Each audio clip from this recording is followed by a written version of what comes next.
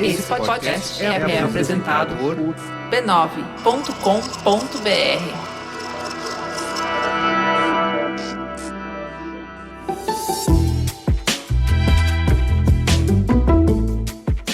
Mamileiros e mamiletes, bem-vindos ao nosso exercício semanal de respeito e empatia. Eu sou a Cris Bartes e essa semana eu vou improvisar com um monte de convidados para me ajudar a apresentar o Mamilos, porque a Juva Lauer tá fora. Mas esse continua sendo o seu podcast que faz jornalismo de peito aberto. Começo com a primeira dupla já no nosso recadinho do anunciante. Mamilândia, hoje eu trouxe uma trivia. Uma trivia pra vocês. Vocês sabiam que o Bradesco, ele foi o primeiro banco a interagir e tirar dúvida das pessoas nas redes sociais? Lá em 2009, menina, tudo mato. Hoje eles estão em tudo quanto é lugar. Tem Facebook, Instagram, YouTuber, Twitter e até LinkedIn. É mesmo, Cris? Bia, você por aqui. Menina, eu tava passando aqui, eu vi que você tava sem a Ju. Chega aí. Posso chegar pra falar do Bradesco com você? Bora. Eu sempre recebo os spots pra gente incluir na pauta e eles sempre falam pra ficar de olho nas redes do Bradesco e não é à toa, porque é tudo muito organizadinho, é tudo muito... Sabe quando você vê um feed organizado e dá paz no coração? É isso que tem, entendeu? No Bradesco. Eles têm posts de um monte de coisa, tem informação de festival, evento, um monte de outras iniciativas. Como o Festival Cultura e Gastronomia de Tiradentes, que tem um tanto de foto bonita. Dá fome de ver, porque tem uma foto que eles têm no feed. Quando você for lá no Instagram do Bradesco, você vai ver que é um franguinho com quiabo. Ah, gente, vai Tiradentes, né? Já é roubar no jogo. Dá muita fome de ver. Tem também os looks do Lollapalooza, um mais lindo que o outro. E, para que você veja todo esse conteúdo que a gente falou e não perder nadinha de nada do que eles lançarem de novo, é só continuar seguindo o Bradesco na sua rede social favorita. Bora! Teta, senta que lá vem polêmica. Vamos então pra teta. O homem pré-histórico só pôde se estabelecer e se desenvolver quando ele observou que quando uma semente caía no chão, ela virava uma nova planta que dava mais frutos. Com isso, ele já podia plantar, ele não precisava abandonar um local para ter mais comida. Daquele jeito, ele poderia se planejar, ele acabou se estabelecendo, construindo uma casa ali do ladinho para garantir uma tranquilidade maior. E parece que a gente ficou bem apaixonado com esse negócio de se planejar. Mas daí chegamos nos dias atuais e o mundo parece mesmo muito diferente do que grande parte das pessoas sonhou. Violência, fome, ódio, dor, menos espaço, menos tempo livre, menos árvore. Não era nada disso que queríamos. Não era esse amor, não era esse presidente, não era esse corpo, não era essa casa. O plano definitivamente não era esse. Mas é nessa realidade que precisamos viver. Olhar para o mundo e jogar com aquilo que se apresenta é difícil. Mais difícil ainda numa sociedade que valoriza o planejamento. Improvisar é visto como uma atitude de quem não sabe se preparar. Tudo precisa ser previsto, coberto, pensado. Estar de acordo com o plano é mostrar para os outros que você está no comando da sua vida. Estar dentro do que se planejou é estar seguro, acima dos problemas. Tô aqui, tô mandando, tô bem. Mas que controle é esse? Na real, ele existe mesmo? Qual é o lugar do improviso para ocupar a nossa vida? Dá para ser, mesmo quando não é? O programa de hoje é sobre improviso, como improviso numa estratégia de sobrevivência. Vem que, no fundo, nada é como esperado. Mamileiros e mamiletes, quem dupla hoje comigo é aquela voz, aquela pessoa que vocês amam, que vocês, assim, quando ele falta, quando ele não vem, quando passa mais de 30 dias, a gente recebe o boleto mesmo assim. Olga Mendonça, fala oi pra galera, se apresente. Oi, galera, hoje eu sou Olga Valauer, é isso? Mudaram meu nome. Tudo bem? Tamo aí de novo, né? Vamos fazer esse papo render aqui. Esse papo hoje não é reto, ele é circular. Muito circular, aliás. Opa! Precisamos. Olga, conta pra quem não estava na Terra e não conhece você, conta rapidinho quem é você na fila do pão. Eu vou definir de um jeito bem paulistano, que fica falando profissão, né? Designer, gráfico, videomaker. Eu já fui MC lá no passado, ainda mora isso dentro de mim, produtor. Enfim, acho que é isso. E qualquer coisa que a precarização do trabalho me força a aprender. E claro, a coisa mais importante que ele faz na vida, que é ser meu vizinho. E vai Também. comigo em todos os lugares. Depende pra onde você mudar, né, amiga? Não faz isso. Eu não saio de lá só por sua causa. E a gente tá trazendo de volta uma convidada que foi ovacionada no programa de inteligência emocional. Foi um programa delicioso. Se você não escutou, não perda. Marília, que bom ter você aqui de volta, tudo bem? Tudo certo. Quem é você na fila do pão? Então, eu sou a pessoa que compra doce na fila do pão. Eu queria muito falar isso. Diga aí, o que você faz quando você não tá comendo pão doce? Eu sou psicóloga, sou pesquisadora lá da Unifesp e trabalho com pessoas em vulnerabilidade social e trabalho também na psicobiologia lá da Unifesp, no setor. Muito bom, temos pesquisadores na mesa. Segunda semana direto com pesquisadores para dizer, eles existem e eles resistem.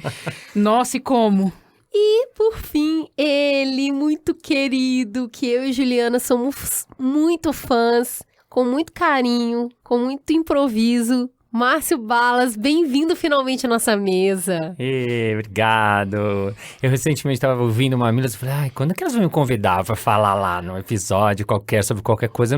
Eu tenho assim, quando eu ouço vocês, eu tenho a sensação que eu não sei nada, assim, não tenho nada importante, de tanta coisa importante que vocês falam aqui no mundo. Não diga isso, Márcio Balas. Conte para todo mundo o que você faz à noite. Então, eu sou um monte de coisa, né? É difícil falar, mas eu vou falar em geral, assim, eu sou palhaço, né? Sou improvisador, eu faço palestras de criatividade nas empresas, eu dou aula de improviso e aula de palhaço, tenho um podcast, né? Que é o Balascast, que eu faço toda semana, sou pai de 3 filhos e uma vasectomia. Juízo temos. Temos um mínimo. Eu queria começar esse papo, né? A gente viu aqui na introdução todo o caminho que a gente percorreu e iniciou um processo de planejamento e de sonhar e de projetar e de imaginar coisas, e nem sempre a gente usa essa imaginação de uma forma a acrescentar nas nossas vidas. Índices mundiais têm mostrado isso, né? As pessoas infelizes no trabalho, no amor, com a política e com uma série de outras coisas, com o próprio corpo, então, toda hora a gente ouve falando isso. Marília, de onde sai tanta frustração? A gente sempre foi frustrado e agora a gente tem índices para isso? Ou realmente parece que as coisas não estão tão boas assim? Então, eu acho que a gente pode pensar nessa tua fala várias coisas. O que me vem principalmente na cabeça é a nossa relação com o mundo globalizado. Eu penso bastante nisso, né? O que me vem principalmente à cabeça é a questão do estresse que a gente vive numa cidade. Bom, a gente vive numa grande capital, mas nas grandes cidades em si, constantes mudanças, desde mudanças grandes, né? Às vezes até catastróficas, mas às vezes pequenas mudanças e o quanto isso vai nos afetando cotidianamente, né? Essas mudanças cotidianas. E essa necessidade que a gente tem de controlar tudo, de estar tudo no controle, vai fazendo com que a gente perca um pouco quem a gente verdadeiramente é. Como que a gente pode agir em situações naturais, né? Você acha, Hugo, que só dá para ser feliz se minimamente o planejamento for cumprido? Eu acho que não, sabe? Eu fiquei pensando nessa questão também de uma forma filosófica e depois eu fui pro lado da ciência, mas eu fiquei imaginando, né? A gente é o macaco que venceu, o macaco que deu certo, por isso que a gente tá aqui. Olha, se a gente deu certo, amigo, quem deu errado... Entenda como vocês quiserem darem certo. Eu não quero botar essa expectativa na vida de vocês do que é dar certo. Mas, em teoria, as outras espécies de homos que ficaram pelo caminho vão achar que a gente venceu alguma coisa. Eu acho muito louco ficar pensando nisso, né? A gente evoluiu porque a gente conseguia lidar muito rápido com problemas, principalmente com as necessidades que surgiam. Então, de certa forma, para mim é sempre uma coisa estranha, porque o tempo inteiro eu sou cobrado por entender que quem planeja já está, de certa forma, tentando prever o futuro e, ao mesmo tempo, essa habilidade que me tira essa ansiedade, essa habilidade de, ser capaz de improvisar, de certa forma foi o que garantiu que a gente estivesse aqui. Então você tem uma necessidade e você é muito rápido para achar uma solução. E aí bate um pouco naquela coisa do que me define e do profissional e do lado profissional que manda muito na minha vida. No design eu aprendi muito isso, né? Você tem que entender, você tem que prospectar, você tem que já imaginar várias situações e achar uma solução criativa. Que de certa forma o Márcio aqui do meu lado vai poder discorrer lindamente sobre isso, mas assim, é muito louco como a sobrevivência está muito perto de você ser criativo e de certa forma, por que a gente se cobra tanto, né? Por que a gente fica nesse jogo de achar que para eu ser seguro e para eu passar segurança para as pessoas, eu tenho que vender planejamento, né? O que você acha, Márcio, dessas questões, assim, como mistura para você? Eu sou o contrário, eu vendo improviso, né? Então, mas um pouco... Primeiro, uma coisa que acho que é importante quando eu faço palestra, eu faço muito universo de empresas, né? Então, muitas vezes as empresas têm muito medo disso. Da palavra improviso, são desesperados. Não, mas aqui a gente não tem improviso, aqui é tudo planejado e tal, né? E a primeira coisa que eu deixo bem claro é que, assim, improvisar não é fazer qualquer coisa, não é gambiarra, gambiarra, não é fazer qualquer negócio, né? Aqui no Brasil, principalmente, às vezes tá associado a, faz aí, improvisa qualquer coisa, de fazer um negócio mal feito. Não é disso que estamos falando, né? Improvisar essa nossa capacidade de lidar com o imprevisto, de adaptar, da gente estar no aqui agora e resolver uma situação e tampouco tá excludente, entra em embate com um certo planejamento. O lance é a gente entender cada vez mais, eu acho, na minha opinião, que a gente tem que começar a deixar a coisa acontecer, arriscar, se sujeitar ao imprevisto e lidar com ele, porque a gente tem capacidade, a gente é bom nisso, que nem você falou, eu concordo total. O ser humano, ele sabe fazer, tem gente que fala, mas eu não sei improvisar. Poxa, mesmo você planejou seu dia inteiro, não vai sair tudo nunca do jeito que você planejou, né? Então, a gente tem essa habilidade, cabe a gente também ser cada vez mais hábil e melhorar nisso, eu acho, né? É quando eu percebo o desejo que a gente tem de organizar a vida e entender um pouco como que a gente pode passar por esse caminho, é um medo muito grande de sofrer. Então, assim, eu planejo para que eu não passe por intercorrências que vão me causar sofrimento. Ninguém acorda de manhã e fala, estou disposto a sofrer. Sim.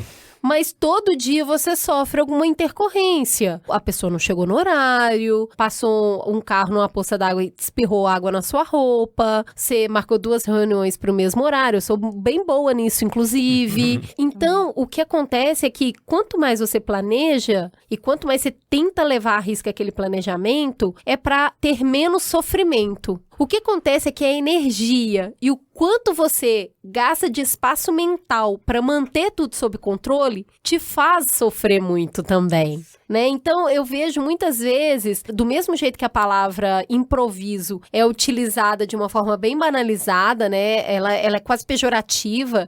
O planejamento é usado de uma maneira que, na verdade, a gente não está falando de planejamento, está falando de controlar. Esse desejo de manter controle das coisas, né? E principalmente, eu acho, na maternidade a gente tem muito disso, né? Esse negócio de, eu não quero que o meu filho sofra. Sendo que você sabe que a única coisa garantida é que ele vai passar uns perrengues, entendeu? E aí você fica ali tentando fazer um monte de coisa para que ele não sofra. Qual que é a dificuldade tão grande que a gente tem de aceitar a realidade que é do sofrimento, que é da não realização daquilo que a gente espera? Sim, essa sua fala me faz lembrar essa questão da ansiedade e do controle que você falou, praticamente, né? Mas principalmente essa questão de que, eu tenho que me planejar porque eu preciso ter o controle, ou uma ilusão, assim, do controle, para que aquele negócio dê certo. Isso é pura ansiedade, né? E a gente vive num mundo que é muito ansiogênico, né? Então, a ansiedade é um sentimento que a gente... É um sentimento, né? Enfim, uma emoção, talvez, que a gente precisa ter o controle. É uma questão do futuro, né? Então, eu preciso estar pensando no futuro, me projetando, né, para frente,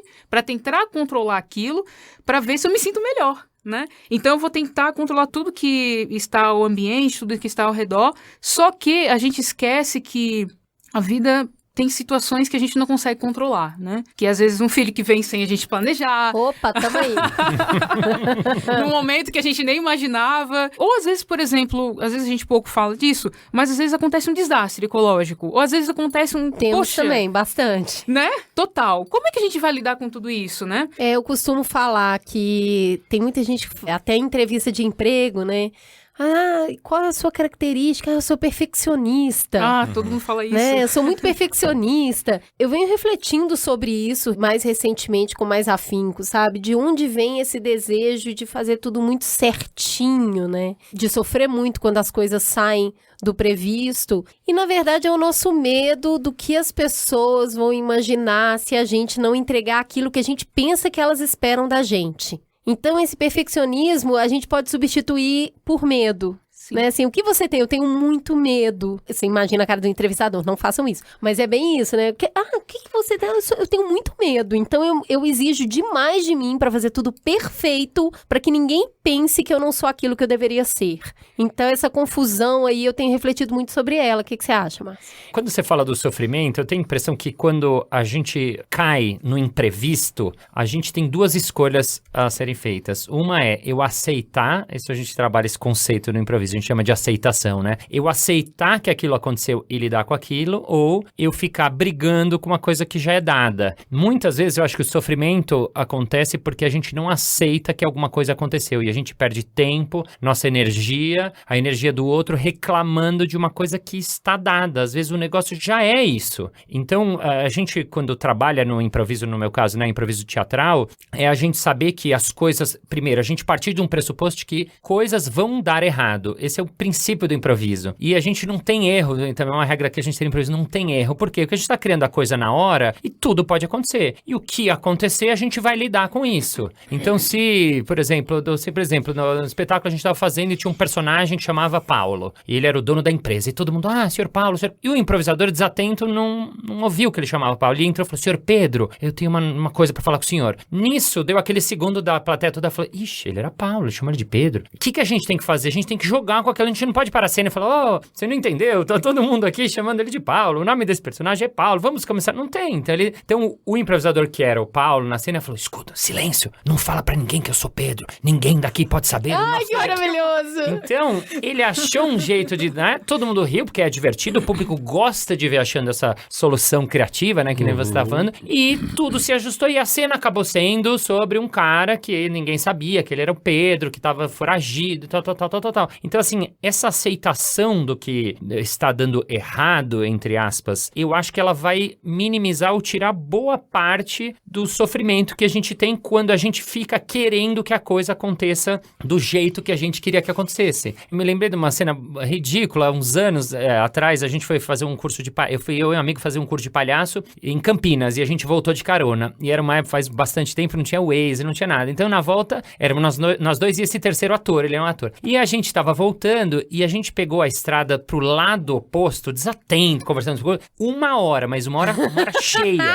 Então, pra voltar, era assim, 1 hora que a gente foi pra lá, e depois mais 1 hora pra voltar até Campinas, pra depois 1 hora e meia. E aí, quando a gente viu, assim, não foi legal, assim, foi, cara, não acredito, tamo indo pro lado, não acredito, não. Ficou os 3, caraca, bom, vamos lá. E aí, vamos voltar. E aí, esse cara, que era o terceiro, ele ficou o caminho inteiro reclamando da situação. Putz, não acredito, a gente devia ter, e ele estava dirigindo ainda, quer dizer, teoricamente, um culpado maior era ele, mas a gente foi junto, então, tinha culpa, aconteceu. E a gente falou, não, tranquilo, não se preocupe, e ficamos conversando, e caralho, não, mas, puxa, a próxima vez, não. Porque a gente ia voltar várias vezes. Não, na semana seguinte, a gente tem que ver, não.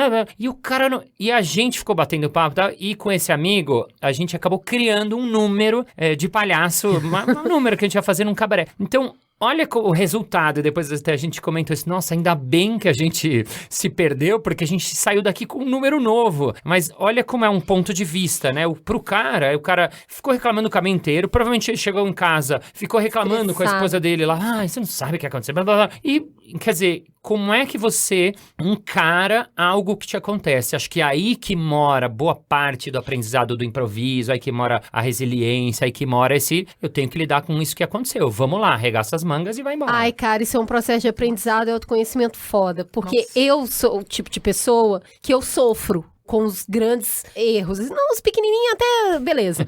Mas falando nisso, eu e a Juliana no aeroporto, conversando que nem pop na chuva, perde o avião dentro do aeroporto. Cara, aí teve que pagar uma passagem super cara pra vir. E aí eu fico, puta, a gente não tinha esse dinheiro, que merda, que ruim. A gente tava dentro do aeroporto. E aí, beleza, passou. Mas eu demoro um tempo pra dar descarga na merda, entendeu? Eu fico, puta, olha isso. E aí, eu descobri que eu tenho um ritual pra isso. Eu preciso falar. Eu preciso acolher o erro pra mim. Eu preciso falar, não gostei, eu tô sofrendo, isso foi ruim, tipo meu celular que quebrou, que eu ainda tô lidando com isso. Não tô acreditando que esse negócio quebrou, que saco. E aí, beleza, isso passa. Então, eu acho que passa por um processo de conhecimento, de você entender que aquilo tá te incomodando, então você localizar o incômodo, né? E que às vezes é corporal, você tá fazendo o gesto aqui, né? No peito, né? Eu geralmente sinto incômodo no pé. Reparei isso depois que a gente fez o curso de Mindfulness. Sim, eu comecei a prestar mais atenção no como o meu corpo me avisa que eu não estou me sentindo bem. Eu começo a apertar os dedos dentro do sapato. Então, na hora que eu me sinto desconfortável com uma situação, que eu percebo, eu tô fazendo assim. Assim, tipo meus dedinhos apertando, assim, dentro do sapato. Então tem uma coisa corporal e eu falo, eu tô muito incomodada. Aí eu vou, olho pra aquilo e vivo o meu luto, que foi, porra, perdi o avião dentro do aeroporto, mas que topeira. E nananana, beleza, dei descarga, foi embora, vamos pra próxima. Eu concordo com você e acho que é bem isso mesmo. Tampouco passa por uma coisa de eu esconder, ou... É que nem quando criança chora, né? Eu tenho filho assim, né? Meus crianças choram muito, como qualquer criança. Às vezes caiu, se machucou. Às vezes, não chora, levanta, Não vai. foi Calma, nada, né? não foi nada. Deixa ele chorar. Aí dá aquela chorada, chora mesmo, fala. Aí o que ele faz? E se você não fizer nada, se você não chora, ele dá aquela limpada no negócio, vê o tamanho do negócio, tem um sanguinho aqui, um joelhinho aqui, beleza. E aí ele vai embora. Não vai passar o dia inteiro falando sobre... Pode ser que à noite, quando ele, né, sinta... Mas assim, o lance, isso que você falou, faz parte da própria aceitação. Putz, aceitar. Fiquei bravo, estou triste, estou desamparado, estou dizendo, puta, que bobajada que eu mesma fiz comigo, faz parte. Agora, do momento que aquilo foi dado, já perdemos o voo, e agora, o que a gente faz? E vamos pra ação. Eu e a Juliana assoviando, tipo, acontece. Eu, não, mano, não acontece. E aí quase desqualifica o meu desespero. Dá pra você ficar um pouco nervosa, por gentileza? Porque eu tô muito incomodada que você tá bem. E é estranho, né? Agora você falou duas coisas que eu achei interessante, que junta com uma fala do Márcio também, né? Primeiro, essa questão do autoflagelo, né? Pra falar que, eu sou um adulto e tô sofrendo, porque como eu sou muito adulto e muito controlador da situação, eu tenho que mostrar que estou muito decepcionado por falhar. Mas, principalmente, quando você não aceita os sims, né? Como o Márcio diz, e que, tipo assim, o que é acertar ou errar nesse lugar? Eu percebo que a gente bota muita expectativa e a nossa baliza, que aí junta com outro conceito, que é o conceito do FOMO, do Fear of Missing Out, a gente fica vendo a vida do vizinho, a vida do coach lá da TV, do cara que foi promovido, do amigo, e a baliza do sim, do certo, é o sucesso do outro. Então, qualquer erro nosso é tipo, uau!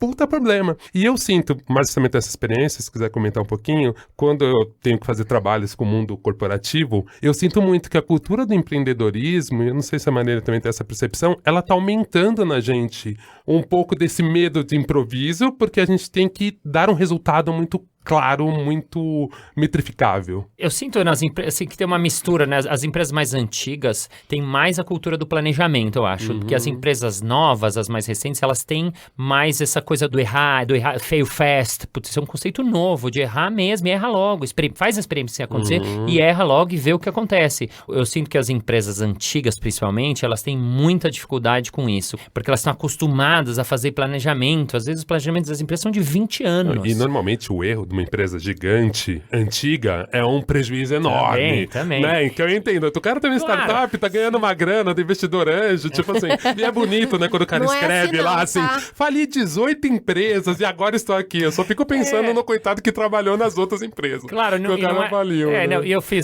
fazer para uma empresa de energia elétrica e o cara me deu um exemplo assim que eu entendi o lado dele. Ele falou assim, Márcio, o cara que sobe no poste elétrico, ele vai lá fazer um reparo, ele não pode quero nem improvisar. Não é bom ele levar. fala, você não pode improvisar, porque se ele ligar o fio, já sei, vou ligar o fio aqui pra ver o que daí, o cara morre. Então, aí eu tive que explicar pra ele, não é disso que estamos falando. A gente não vai ter essa hora. Obviamente, o cara tem que seguir um protocolo absolutamente rígido e rigoroso. Eu não tô falando em contra isso. Eu só estou tentando trazer o que é essa coisa do improviso, da gente lidar com a situação nova, lidar com outro olhar. A gente tá no momento presente, no aqui e agora, improvisar. O trabalho do improviso teatral que vindo pra nossa vida aqui, que seria eu estar aqui agora, lidando com tudo que acontece plenamente, conectado comigo e conectado com o outro e conectado com o que nos acontece. É um pouco disso que se trata o trabalho.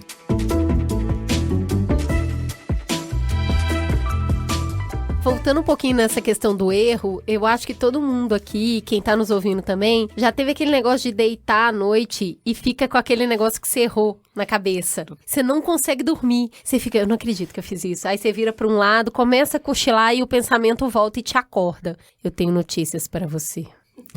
O que acontece, né, no nosso cérebro quando a gente falha? O cérebro, ele tende a dar mais peso para essa situação para que você não repita essa situação. Então, dentro do seu cérebro, quando você manda a informação de que, olha, isso aqui não aconteceu conforme previsto, você joga mais luz naquela informação e para isso a gente tem uns neurotransmissores que são conhecidos como adubadores e ele fica fazendo o quê? Adubando a merda. Para quê? Para que você preste mais atenção nisso e não repita isso. Então, o exercício de realmente dar valor para aquilo que você precisa colocar o seu raciocínio é muito importante. Então, esses neurotransmissores adubadores, eles inclusive funcionam quando a gente dorme. Então, se você fica, eu tô aprendendo guitarra, então o tempo todo eu tô pensando na guitarra, eu tô pensando, na hora que eu durmo, os neurotransmissores vão no cérebro e falam, olha, ele tá com essa informação que é muito importante, vamos adubar. Então, você vai aprender isso porque é o que você tá mais usando. Agora, imagina se você só pensa na merda, o que vai acontecer?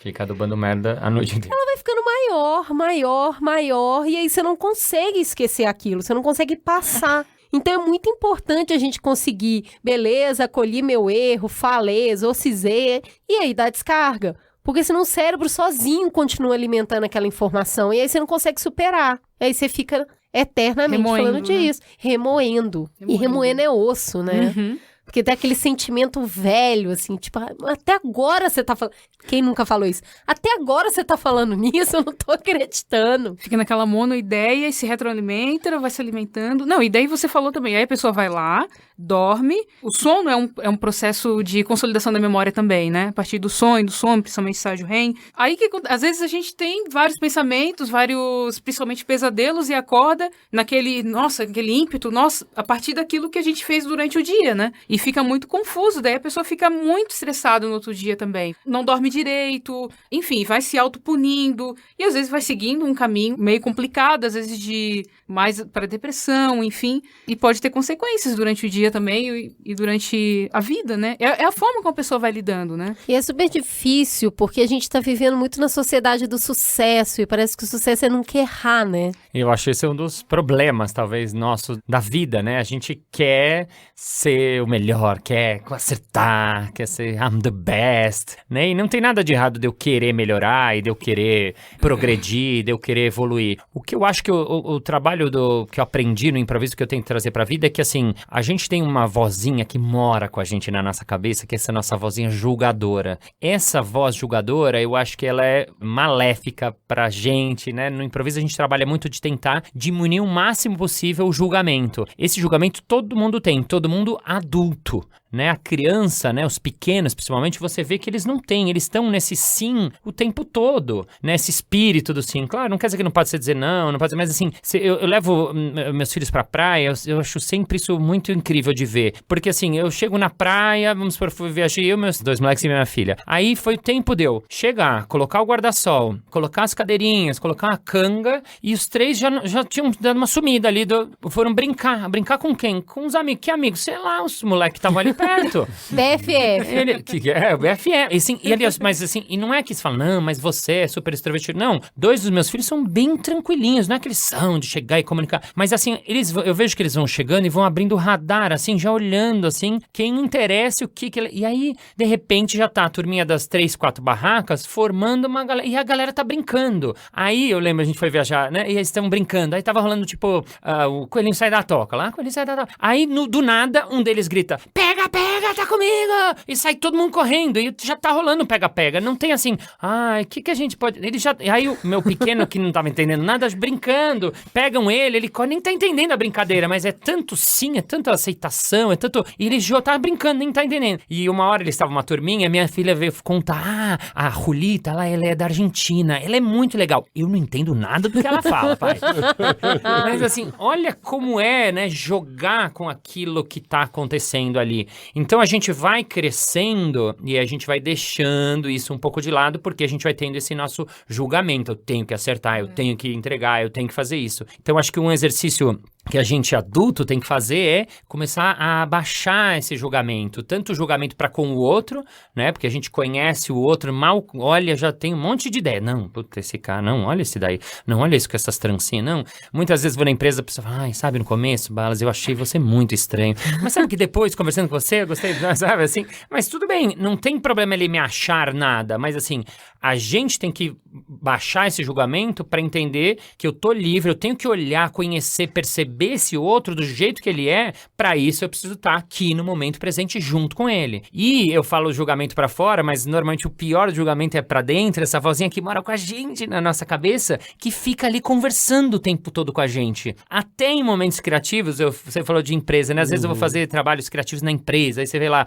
uma reunião criativa, aí o diretor fala, vamos lá, ideias pro lançamento do sorvete no verão, vamos lá, ideias. Aí você vê a galera toda em silêncio, assim. Aí um cara fala uma coisa e você vê todo mundo, você percebe, né? Todo mundo na cabeça pensando, será que eu vou falar tal coisa? Não vou falar. Será que eu falo? Ai, olha, ele falou. E o primeiro ele fala, gente, eu vou falar, mas é besteira, tá? Isso, aí o cara já sai do... Tipo, ele já fala, é ruim o que eu vou dizer. Exatamente. Pra diminuir um pouco a ansiedade, Né? Ou então alguém dá uma ideia, o gerente fala, não, Carlão, vai lá, ideia pra valer, isso aí, impossível. Vamos lá, gente, que mais? Quer dizer, ele matou o Carlão e matou a reunião toda, todo mundo vai dar umas ideias óbvias, porque processo criativo, improvisar, fazer, é falando besteira, falando bobeira. Inclusive de besteira, né, às vezes as empresas, não pode ter muito, as besteiras, boa parte das besteiras, das bobagens, elas são disruptivas. Por quê? Porque elas saem da norma. Por que a gente ri de uma coisa? Porque ela não é padrão, é algo que sai. Então, de repente, quando alguém fala uma coisa até em tom de brincadeira, eventualmente aquilo vai ser uma boa ideia. Então, assim, a gente tem que deixar esse espaço livre para as pessoas. Para isso, a gente precisa baixar o julgamento para com o outro e baixar o julgamento da gente com a gente. Claro, num grupo criativo, um ambiente bacana é esse.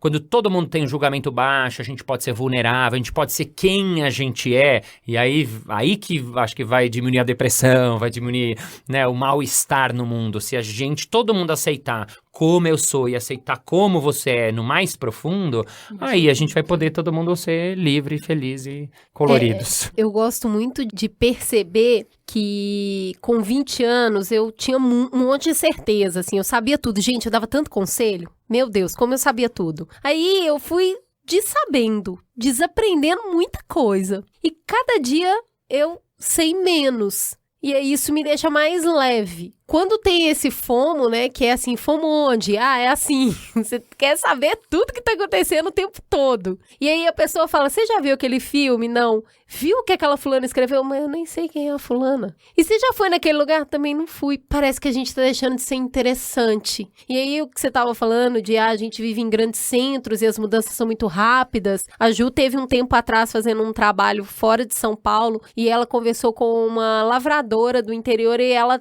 tava com burnout. Aí ele falou, beleza, não tem as montanhas para correr, não dá para correr para lugar algum. Porque a informação tá chegando muito rápido para todo mundo. Mesmo você que não vive no trânsito e tudo mais, chega lá, tem que produzir dentro dessas normas e agora o que é certo é isso. E aí você tem que estar conectada com aquilo, mas falhou aquele pagamento e não aconteceu desse jeito. Então eu acho que é um sentimento global também, de muita coisa para fazer, muita coisa para saber. E não ter isso. Como você lida com isso, Olga? Eu sei que você ouve muita coisa o tempo todo. Eu vivo chamando ele de prefeito, porque na verdade é ele que me apresenta todos os lugares que eu vou lá perto de casa. Eu falo, eu quero tomar um café, Olga. Fala, aqui nós vamos entrar. Eu falo, nem vou pedir nada, pede você aí. É muito engraçado isso, né? Porque você foi contando seu relato e eu fui pensando, antes eu era a pessoa que a pessoa chegava pra mim e falava assim, nossa, Olga, você viu aquele filme novo do Quentin Tarantino? E na minha cabeça já começava, claro! Aquele lá de Hollywood, né? Nem vi, mas era uma vergonha falar que eu não vi. Hoje em dia eu já faço uma técnica que é diferente. Falei, cara, eu não vi ainda, mas o que você gostou? Aí, às vezes, até quando eu vejo que a pessoa é mais provocativa, eu falo assim, cara, eu não vi, mas eu ouvi falando tão mal. E deixa a pessoa contar um pouco, sabe? Então, às vezes, eu acho que o lance é ouvir mais mesmo, assim. Acho que é uma das técnicas, né? E teve uma fala do Márcio que me lembrou um conceito que eu levava um pouco pra vida, que era o conceito assim, cara, vamos ser café com leite um pouco? Sabe, bem o filho mais novo, assim, tá entendendo porra nenhuma, mas tá ali. Tipo assim, as pessoas quando você é café com leite, quando você fala, eu não tô me importando em ganhar, às vezes as pessoas te dão as melhores informações, te dão a bola pra você chutar a sua vez, você não precisa correr. Então, às vezes, eu sou muito café com leite mesmo, assim, puta, que da hora, velho. E aí vocês fizeram isso mesmo? Nossa, que legal. E agora você tá conseguindo tudo isso? Nossa, que demais. E aí você vai tirando as informações porque o cara não te vê, a pessoa pessoa não te vê como um competidor nessa corrida que gera frustração, né? Então, às vezes, uma das formas de eu lidar com isso é um pouco aí. Quanto ao fluxo de informação e que a gente tá recebendo tudo isso o tempo todo também, eu acho que quando você se coloca só de uma forma assim, entendendo um pouco que é entretenimento, gente. Não é tão sério, sabe? Eu acho que, de certa forma, até o jeito que a gente consome cultura pop, o jeito que a gente consome futebol, política, a gente deu um peso tão forte pras coisas e coisas estúpidas, assim. Eu fico vendo, assim, de discussões, as últimas discussões que eu tive, assim, foram sobre coisas que eu falei assim, gente, faz sentido essa pessoa ficar brava comigo, porque eu falei mal do filme, da série, que ela gostou. Tipo, gente, calma. Quando eu Te vi as cancelou. pessoas... Você foi cancelado, Hugo? Cara, só por motivos muito estúpidos desse tipo, Né? assim, da pessoa falar, não manja nada. E eu falei, cara, ok, tá de boa não manjar nesse assunto, tá tudo muito tranquilo, né? Eu sinto que tem isso também, que tem esse espaço que eu acho que a gente, volta a dizer, já tô me repetindo um pouco, mas assim, cara, para de se olhar de fora, para de ver como as pessoas te veem também o tempo todo, seja café com leite, assim, fala assim, cara, eu não tô jogando o jogo que vocês estão jogando. É muito legal Mas se tô ver aqui de fora. assistindo. Mas Tô aqui tô assistindo. curtindo muito ver vocês batendo cabeça ou acertando, enfim. As pessoas parecem que estão muito reativas, né? E engraçado, quando você falou assim, isso que eu acho assim, é o baixar a guarda, né? Tu não criar tantas expectativas, parece que as coisas fluem mais, porque tu não fica planejando, né? E vai aquilo que a gente tava conversando. Não fica planejando tanto e não fica se bloqueando e às vezes não ouvindo e não enxergando o que está ao teu redor. E parece que as oportunidades acontecem, as coisas fluem melhor e a vida vai seguindo de uma forma mais leve. E sabe o que eu percebo, Maneira, também? Uma questão, quando eu me boto nesse molde de ser o cara que faz as perguntas, isso levando pra vida profissional, tá? Às vezes eu consigo a meta clara que eu queria desde o começo. Tipo assim, cara, o que eu preciso entender é o que eu tenho que fazer e o prazo.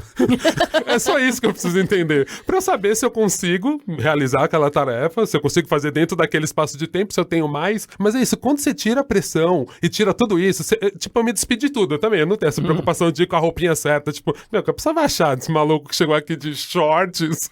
Eu uso shorts quase o ano inteiro, assim, são raros os dias que eu tô de calça. E assim, chega esse maluco aqui com esses cabelos e tal. Eu falo, cara, eu já tirei essa preocupação da imagem, eu já aceitei que é a parte do meu branding. Ah, legal, eles não queriam um cara criativo? Se a pessoa chegasse vestido igual a todo mundo, talvez eu não fosse. Né? Então, assim, você vai aceitando as suas potencialidades, tira várias preocupações e tenta achar. Por isso que eu falo, eu gostei de quando o Márcio falou, né? Não quer dizer que você tá um improvisador, que você é um louco e você tá completamente fora da sociedade. Claro. Você tá dentro daquilo, você entende. Só que você tirou 10 mil camadas de preocupação e coisas que atrapalham e tentou se divertir com isso, né? Outro dia aconteceu um negócio muito engraçado aqui, nessa ideia de dar perspectiva, né? A pessoa ligou aqui e falou, mas vocês não postaram? Tinha que ter um post no Facebook, tal hora, tal dia, não subiu.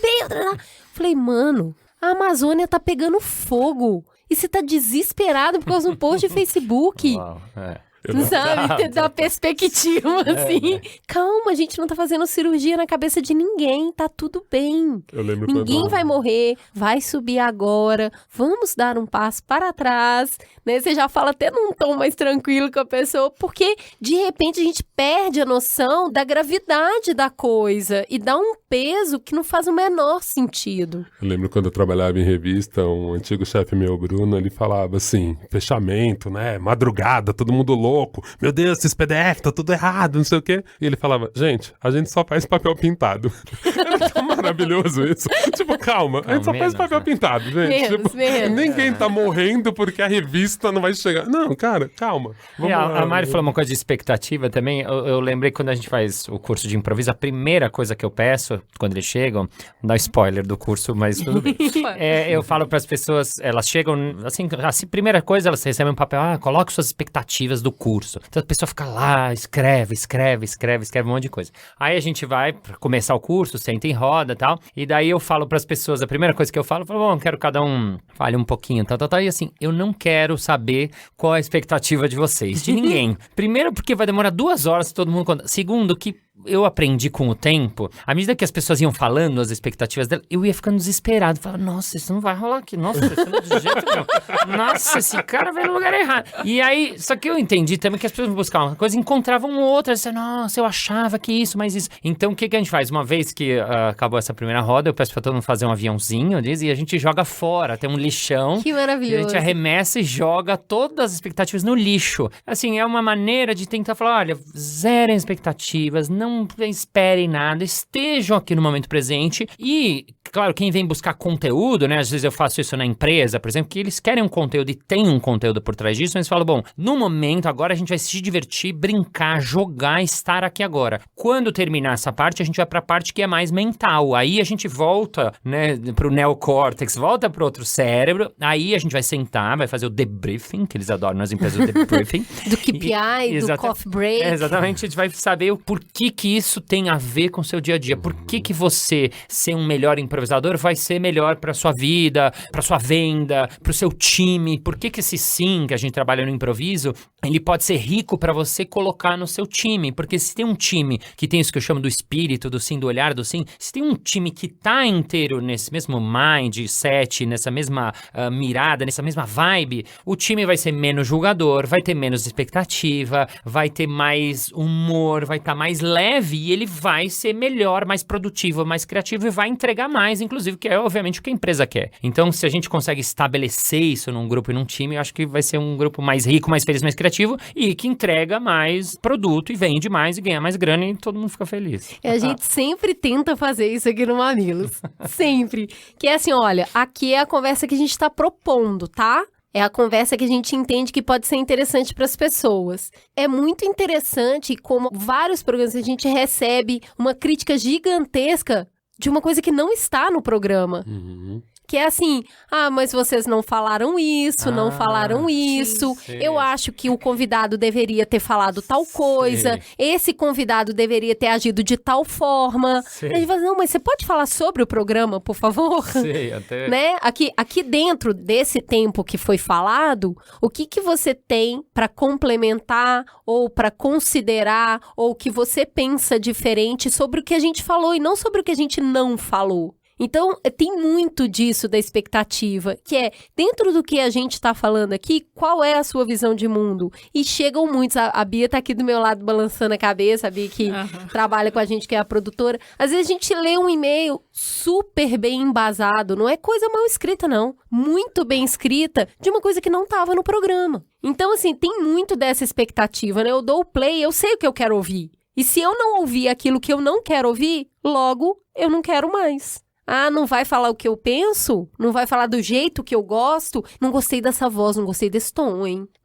Mas não entrou nesse ponto. Esse ponto é fundamental. Não, mas e aqui dentro do que foi possível? Qual que é a sua percepção? Então, a gente refaz esse convite várias vezes, porque, é claro, os assuntos são infindáveis. E as abordagens também. Se a gente fizer 10 programas com o mesmo tema, vão sair 10 programas diferentes. E sempre vai faltar algo. Sempre pode ser melhor, sempre pode ser mais amplo. E eu acho que, do mesmo jeito que a gente recebe esses retornos, eu acho que a gente tem muito olhar, assim, para tudo. Que é, eu não tô falando exatamente sobre o que tá acontecendo, eu tô falando sobre o que poderia estar acontecendo, né? A minha mágoa ou o meu desejo tá presente fora da realidade, ela tá presente só na minha projeção, na minha imaginação. Trazer isso para o centro, trazer isso para dentro é esse presente que você está falando, né, Márcia? Então eu queria que você definisse, afinal, o que é o improviso? Ai, meu Deus. Vamos lá. Pode improvisar. Tem problema. Esse programa sem pauta, você pode improvisar. Improvisar é você estar no aqui e agora e lidar com o que acontece. Quando a gente trabalha o improviso, nos princípios, nas bases do improviso, a gente trabalha um conceito que a gente chama de aceitação. Então, o primeiro deles é eu aceito quem eu sou, como eu estou nesse momento. Depois, eu aceito o instante, né? O momento presente. Então, as coisas que estão aqui, então estou aqui nesse lugar, tem esse microfone, tem essa coisa, tem alguém tirando foto, tem isso, eu aceito tudo aqui. E depois eu aceito o outro. Eu estou jogando com você, eu estou jogando com você, estou jogando com você. Então, eu tá nessa escuta do momento presente o tempo todo, né? Então, a gente trabalha essa coisa da aceitação, do estar no momento presente. Uma das coisas mais simples, mais profundas que a gente faz num curso de improviso é olhar no olho, que é uma coisa que a gente não olha muito mais, não tá muito acostumado. E você vê que quando você põe duas pessoas frente a frente, faz um exercício, antes de começar eu falo, respira, olha pro seu parceiro e tal. E eu vejo que as pessoas têm uma dificuldade muito grande. E cada vez mais, e a pessoa coça. Medo de apaixonar, né, não? Então, não, quem dera, esse é um medo bom, né? Quer dizer, ele vai entrar tanto em relação que ele vai se apaixonar. Que incrível, tomara fosse. Mas eu acho que não, acho que a gente tem medo do outro, a gente tem medo da gente, a gente tem medo da vulnerabilidade, né? Também que é uma coisa, né, de eu aceitar, meu Deus, eu sou assim, ele tá me olhando. Então, improvisar a gente construir a partir das ferramentas que a gente tem no momento presente, no aqui e agora. Nesse sentido, né, até se você for ver no jazz, por exemplo, no improviso musical, o cara não sai improvisando de um dia pro outro, não faz um jazz, né? Os caras estudaram anos, o cara domina aquele instrumento para ele depois fazer um improviso de alto nível, né? A mesma coisa vale para qualquer coisa, no improviso teatral, que é o meu caso, e a mesma coisa vale para você fazer um programa, né, improvisado sem pauta. Você já fez quantos programas? Com a sua bagagem? Quanto tempo você estudou? Então a gente improvisa a partir das nossas ferramentas. Então, nesse sentido, que eu falo que improvisar não é fazer qualquer coisa, a gente só improvisa em coisas que a gente domina, que a gente sabe fazer bem. Se você fala, Balas, improvisa aí um desenho, uma dança, eu vou ser um fiasco, porque eu não sei desenhar e não sei dançar. Adoraria fazer os dois, mas não sei, né? Porque as pessoas perguntam, mas dá pra aprender improviso? Dá. Tem uma técnica? Exato. O improviso tem uma técnica. A gente, quando vai para a sala de aula, quando eu faço essa introdução à linguagem do improviso, que é um dia inteiro, né, que você parece que sai do mundo, e essa é um pouco a ideia, tirar as pessoas da vida, dessas loucuras que a gente está vivendo e entrar nessa sala aqui. Aí eu vou começar a tirar o julgamento, aí eu vou começar a fazer o jogo acontecer. E um monte de gente deve chorar, chora não? Chora, muita gente chora, é bem comum chorar na roda final, é muito comum as pessoas se emocionarem, as pessoas se esquecerem, às vezes a gente passa, eu agora tô tentando melhorar o meu tempo, mas assim, às vezes a aula dura 1 hora a mais, porque as pessoas estão tão emocionadas, tão felizes, querem compartilhar o que viveram, o que aconteceu. Quando eu falo, gente, a gente vai ter que ir parando, porque já, né, o curso até 6h30, já são 7h10. 7h10, caraca! Não sabia, eu tenho cinema às 9h, então, né, assim, por que a pessoa esquece? O que é bacana? Porque quando a gente perde a consciência do tempo, significa que a gente tá tão no aqui e agora que esse tempo ele já é outro. Quando o cara fala, nossa, eu tive a sensação que a gente passou 1 mês aqui dentro, eu consigo entender. Porque nessa qualidade de tempo, quando você falou de mindfulness, tem tudo a ver com isso, o improviso. A gente tá lá no momento presente e o improviso traz esse componente da brincadeira, do brincar. São 30 adultos que estão brincando com os outros adultos. Então, como é que eu brinco? Quando a criança tá brincando lá com tudo, no esconde-esconde, no pega-pega, aquela coisa mais importante da vida dela. Ela não tá preocupada que amanhã, a escola, às 9h, ela tem o escorrega 2, que ela vai ter que fazer. Não, ela tá lá com aquilo tudo. Toda a vida dela depende daquele cara que vai salvar o mundo. Uhum. Então, quando a gente vai experimentar o improviso, e o curso é muito experiencial, porque é disso que se trata, né? Depois aí o cara leva o aprendizado para a vida dele, mas assim, é ele entrar nesse estado. Quando a gente tá nesse estado criativo, esse estado pleno, esse estado da meditação, aí o cara vai poder criar. Então, aí eu proponho jogos, desafios, que se eu fizesse isso sem uma preparação, sem esse aquecimento, o cara fala, não consigo fazer isso. E depois de um tempo... Você deve ouvir muito, eu não sou criativo, né? Sim, esse é um clássico, que eu não sou criativo. Mas eu não sei improvisar. O próprio não ser criativo, essa é a primeira coisa que eu falo na palestra de criatividade. Não existe ser humano que não é criativo. Não tem. Não tem. A gente é espontâneo e criativo. A gente nasce assim. Não tem como. Você pega um lápis, né? Tô com um lápis aqui na mão pra você que não está vendo aí. Né? Você pega um lápis, você dá pra uma criança, assim, que não sabe escrever, ela é capaz de ficar, olha só, meu avião está aqui. Aí depois ela vai falar, olha esse dardo que está, a minha espada guerreira, mamãe, meu pipi cresceu.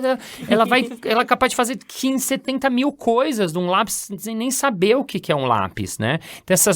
Então, por que todo mundo lá atrás era criativo? A gente nasceu todo aí, agora que a gente é adulto, alguns não são. Não, a gente deixou aquilo adormecido em algum lugar e cabe a gente adulto resgatar, né? Por isso que é um desbloqueio criativo, né? Por isso é resgatar essa nossa criatividade. Eu fui diretora de criação há muitos anos, né? E aí era muito bom, porque A galera que trabalha na área da criação acha que ela é mais criativa Sim, que os sim, outros. clássico, É muito sim. bom. Então, assim, tipo, com licença, eu sou o cérebro desse lugar. E aí, eu sempre achei isso muito interessante, porque eu acho que a criatividade tá na presença do ouvir. Ela não tá muito em mim, ela tá no outro. Se eu não ouvir, eu não estou criando. Eu tô só colocando imaginação da minha cabeça pra fora. Então, essa presença, eu sempre falei muito isso, e por isso que eu acho difícil uma criação brilhar, porque, na verdade, ela tem que estar conectada à pessoa. Se ela não estiver conectada a alguém, ela não brilha, porque ela não toca. Pra ela tocar, tem que ouvir. Pra ouvir, não pode ter muito ego. Não é sobre você, é sobre o outro.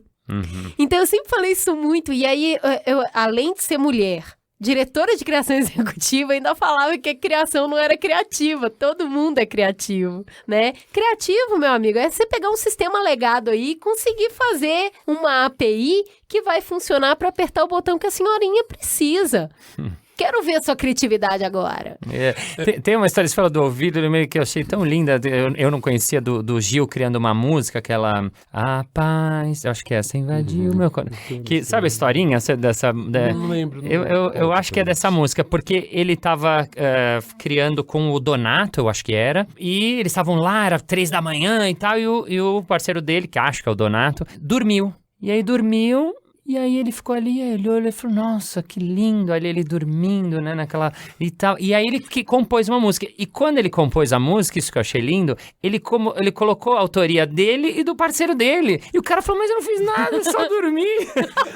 Aí ele falou, nossa, se você não tivesse dormido, se você não tivesse lá, eu não teria feito a música. Eu achei lindo, porque é isso, às vezes, a criação, né, eu tive a ideia, calma, você teve, quem tava? A gente tava junto, ou mesmo a dupla de criação, né, nas agências, por que o criativo tem o redator, né, assim, a criação acontece lá, você tem 5 pessoas e uma não falou nada, ela é co-criadora também porque ela não falou nada, porque se ela tivesse preocupada em falar o tempo todo, provavelmente não ia sair aquela criação. Então entender que a criação é ouvir mesmo, passa por pessoas, não é de um, de outro, meu, seu, é nosso.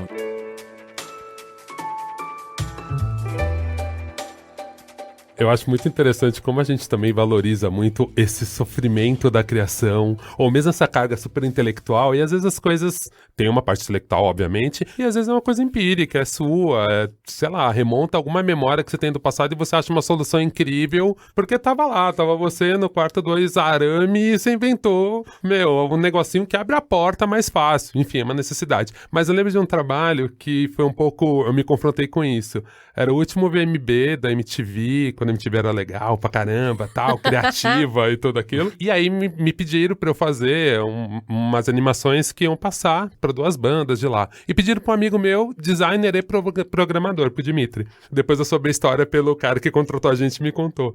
Um menino dividiu o estúdio com o Dimitri e ele falou assim, cara, eu ralei porque eu fiquei filmando, eu trabalhava na Abril, fiz isso como freela, fiquei filmando uns cones, porque uma das bandas era Cone Crew. Aí eu fiquei filmando uns cones na rua, depois eu fui fazendo animação quadro a quadro. Teve assim, durante uma semana eu dormi tipo 2 horas, 3 horas.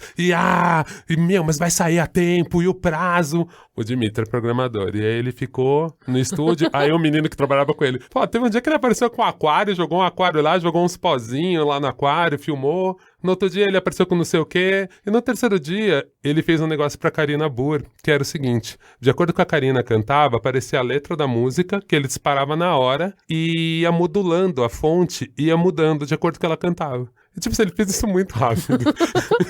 E pra mim era assim, eu vendo ele fazer e vendo ele testando, porque a gente tem um ensaio antes, eu pensando, caralho, velho, eu tenho que aprender isso, eu tenho que aprender essas ferramentas pra poder ser mais, fazer o improviso e criar. Eu tenho certeza que o Dimitri já tinha alguma coisa, tinha feito algo parecido, ele falou, pode ficar legal aqui. Se a Karina cantar e chegar em tal dB, a letra vai entortando e vai modulando ali. Então, tipo, ele criou um jogo, quase uma técnica, um espaço onde o acaso poderia acontecer. E eu fui pro caminho oposto, eu fui naquele caminho do planejamento, do frame a frame, de desenhar cada coisa pra ser uma animação. E ao mesmo tempo fica nesse negócio. As duas coisas funcionaram, os dois trabalhos estavam ali. O meu sofrimento, de certa forma, me deu um alívio no final, que também é outra coisa que eu acho interessante da fala da Marília, da resiliência, né? Tipo, pô, às vezes o sofrimento é bom, aquela sensação de você saiu vivo, ela é ótima.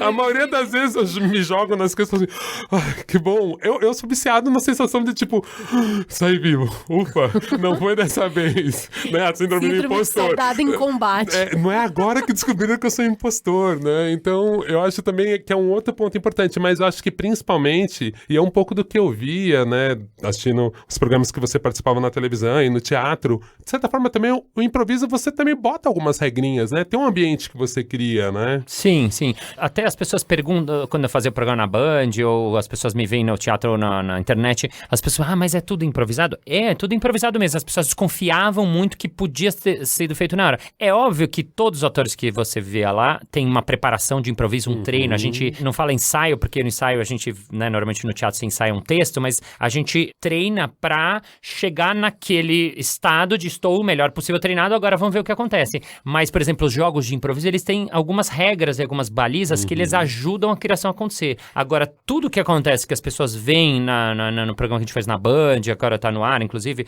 ou na internet, ou no espetáculo que a gente faz lá de improviso, ele é uma criação que acontece na hora. Mas, por exemplo, pra gente fazer um jogo, a gente faz um jogo de rima. Pra gente chegar nesse jogo, a gente treinou muitas vezes em sala, não tá bom, isso a gente podia... Aí depois que a gente treinou bastante, vamos experimentar? Vamos. Aí a gente vai e mostra pro público. Aí depois, quando acaba, a gente senta e fala, e aí? Pô, foi legal, isso aqui não foi bom, olha, isso aqui, tá. Aí a gente faz de novo, vai refinando até que o jogo fica bom. Mas assim, é muita experimentação, colhe feedback. Experimenta, colhe feedback. É assim que funciona a criação. Eu teve uma impressão também, ainda continuando nessa coisa da arte, né? Não sei se no improviso você tem isso. Eu lembro muito tem o rap, e no rap tem algumas categorias de freestyle, então tem batalhas que um cara batalha com o outro, às vezes é tentando ofender. Aquilo é bizarro, é muito estruturado, é muito rápido, meu Deus. Mas é muito interessante, porque mesmo nisso tem muletas, que a gente fala, tem muletas, tem técnicas, enfim, mas você cria ali, então tem batalhas que você combina, que às vezes você combina pelo Facebook, enfim, ó, você e tal cara vai batalhar, você já prepara algumas coisas e isso é posto, é uma das regras dessa batalha, óbvio que tem a parte de improviso, mas também nesse tipo de batalha, tipo, ok, você já sabe quem você vai competir, você já ficou stalkeando ele no Facebook, já viu como você vai ofender, você leva um arsenal, o cara leva um arsenal e depois... Chega uma hora que é improviso, porque não dá. Tem outras que não, você não conhece ninguém, de repente levanta um desafiador, que era muito ruim quando a gente via caras tipo o Emicida, que ele foi campeão durante bastante tempo das batalhas, porque assim, cara, o Emicida não sabe que é o próximo Zezinho. O Zezinho já sabe tudo do Emicida, já vem com 10 mil coisas na cabeça, então também era meio desonesto, entre aspas, esse tipo de batalha. E tem as batalhas do conhecimento, que também são bem interessantes. A pessoa joga um tema e você tem que falar sobre aquele tema. Até me lembrou de um projeto que teve em 2011, muitos de vocês que estão ouvindo, né, eram nascidos. O Emicida participou de um projeto que chamava Creators Project, acho que é da Intel, e que eles botaram eletrodos no cérebro dele, as pessoas mandavam palavras pelo Twitter, ele tinha que rimar na hora aquelas palavras, tem um vídeo na internet, procurem, e era muito interessante, assim, porque você via que o cérebro dele ia desenhando como uma espécie de infográfico, né, umas imagens das áreas que ativavam o cérebro dele. Uau. Óbvio que o Emicida, ele realmente acima da média, Marechal, Kamal, tem uma galera que é realmente muito avançada nisso, mas era muito interessante pra quem sabe das técnicas, pegando algumas coisas que você fala assim, tipo, tem vários truques. O Max Beot tinha uma técnica que ele fazia da RG, ele pedia o RG da pessoa e aí ele ia fazendo improviso em cima da RG. Então é ótimo, porque, você já vai criando um repertório que tá lá dentro e que é mais fácil de improvisar. Então a data, você vê a idade do cara e já fala um acontecimento da Copa, por exemplo. Se o cara nasceu no ano de Copa, é fácil, você já te deu um tema, né? Então eu acho bem interessante também desmitificar um pouco essa questão tão mágica, né, que a gente bota do improviso, né? E outra coisa, é que só as pessoas que estudam muito e têm uma trajetória de vida intelectualizada podem improvisar. Porque se ela tem que pegar todo o estofo de tudo que ela sabe, de todos os autores, logo ela consegue trazer algo de novo. É tipo o MacGyver, sabe? Lembra do MacGyver que ele Pessoas jovens, vocês não sabem quem são o MacGyver, tá? Mas a gente tinha um seriado que passava na Globo, que o cara pegava um chiclete, um clips e um durex e transformava numa bomba.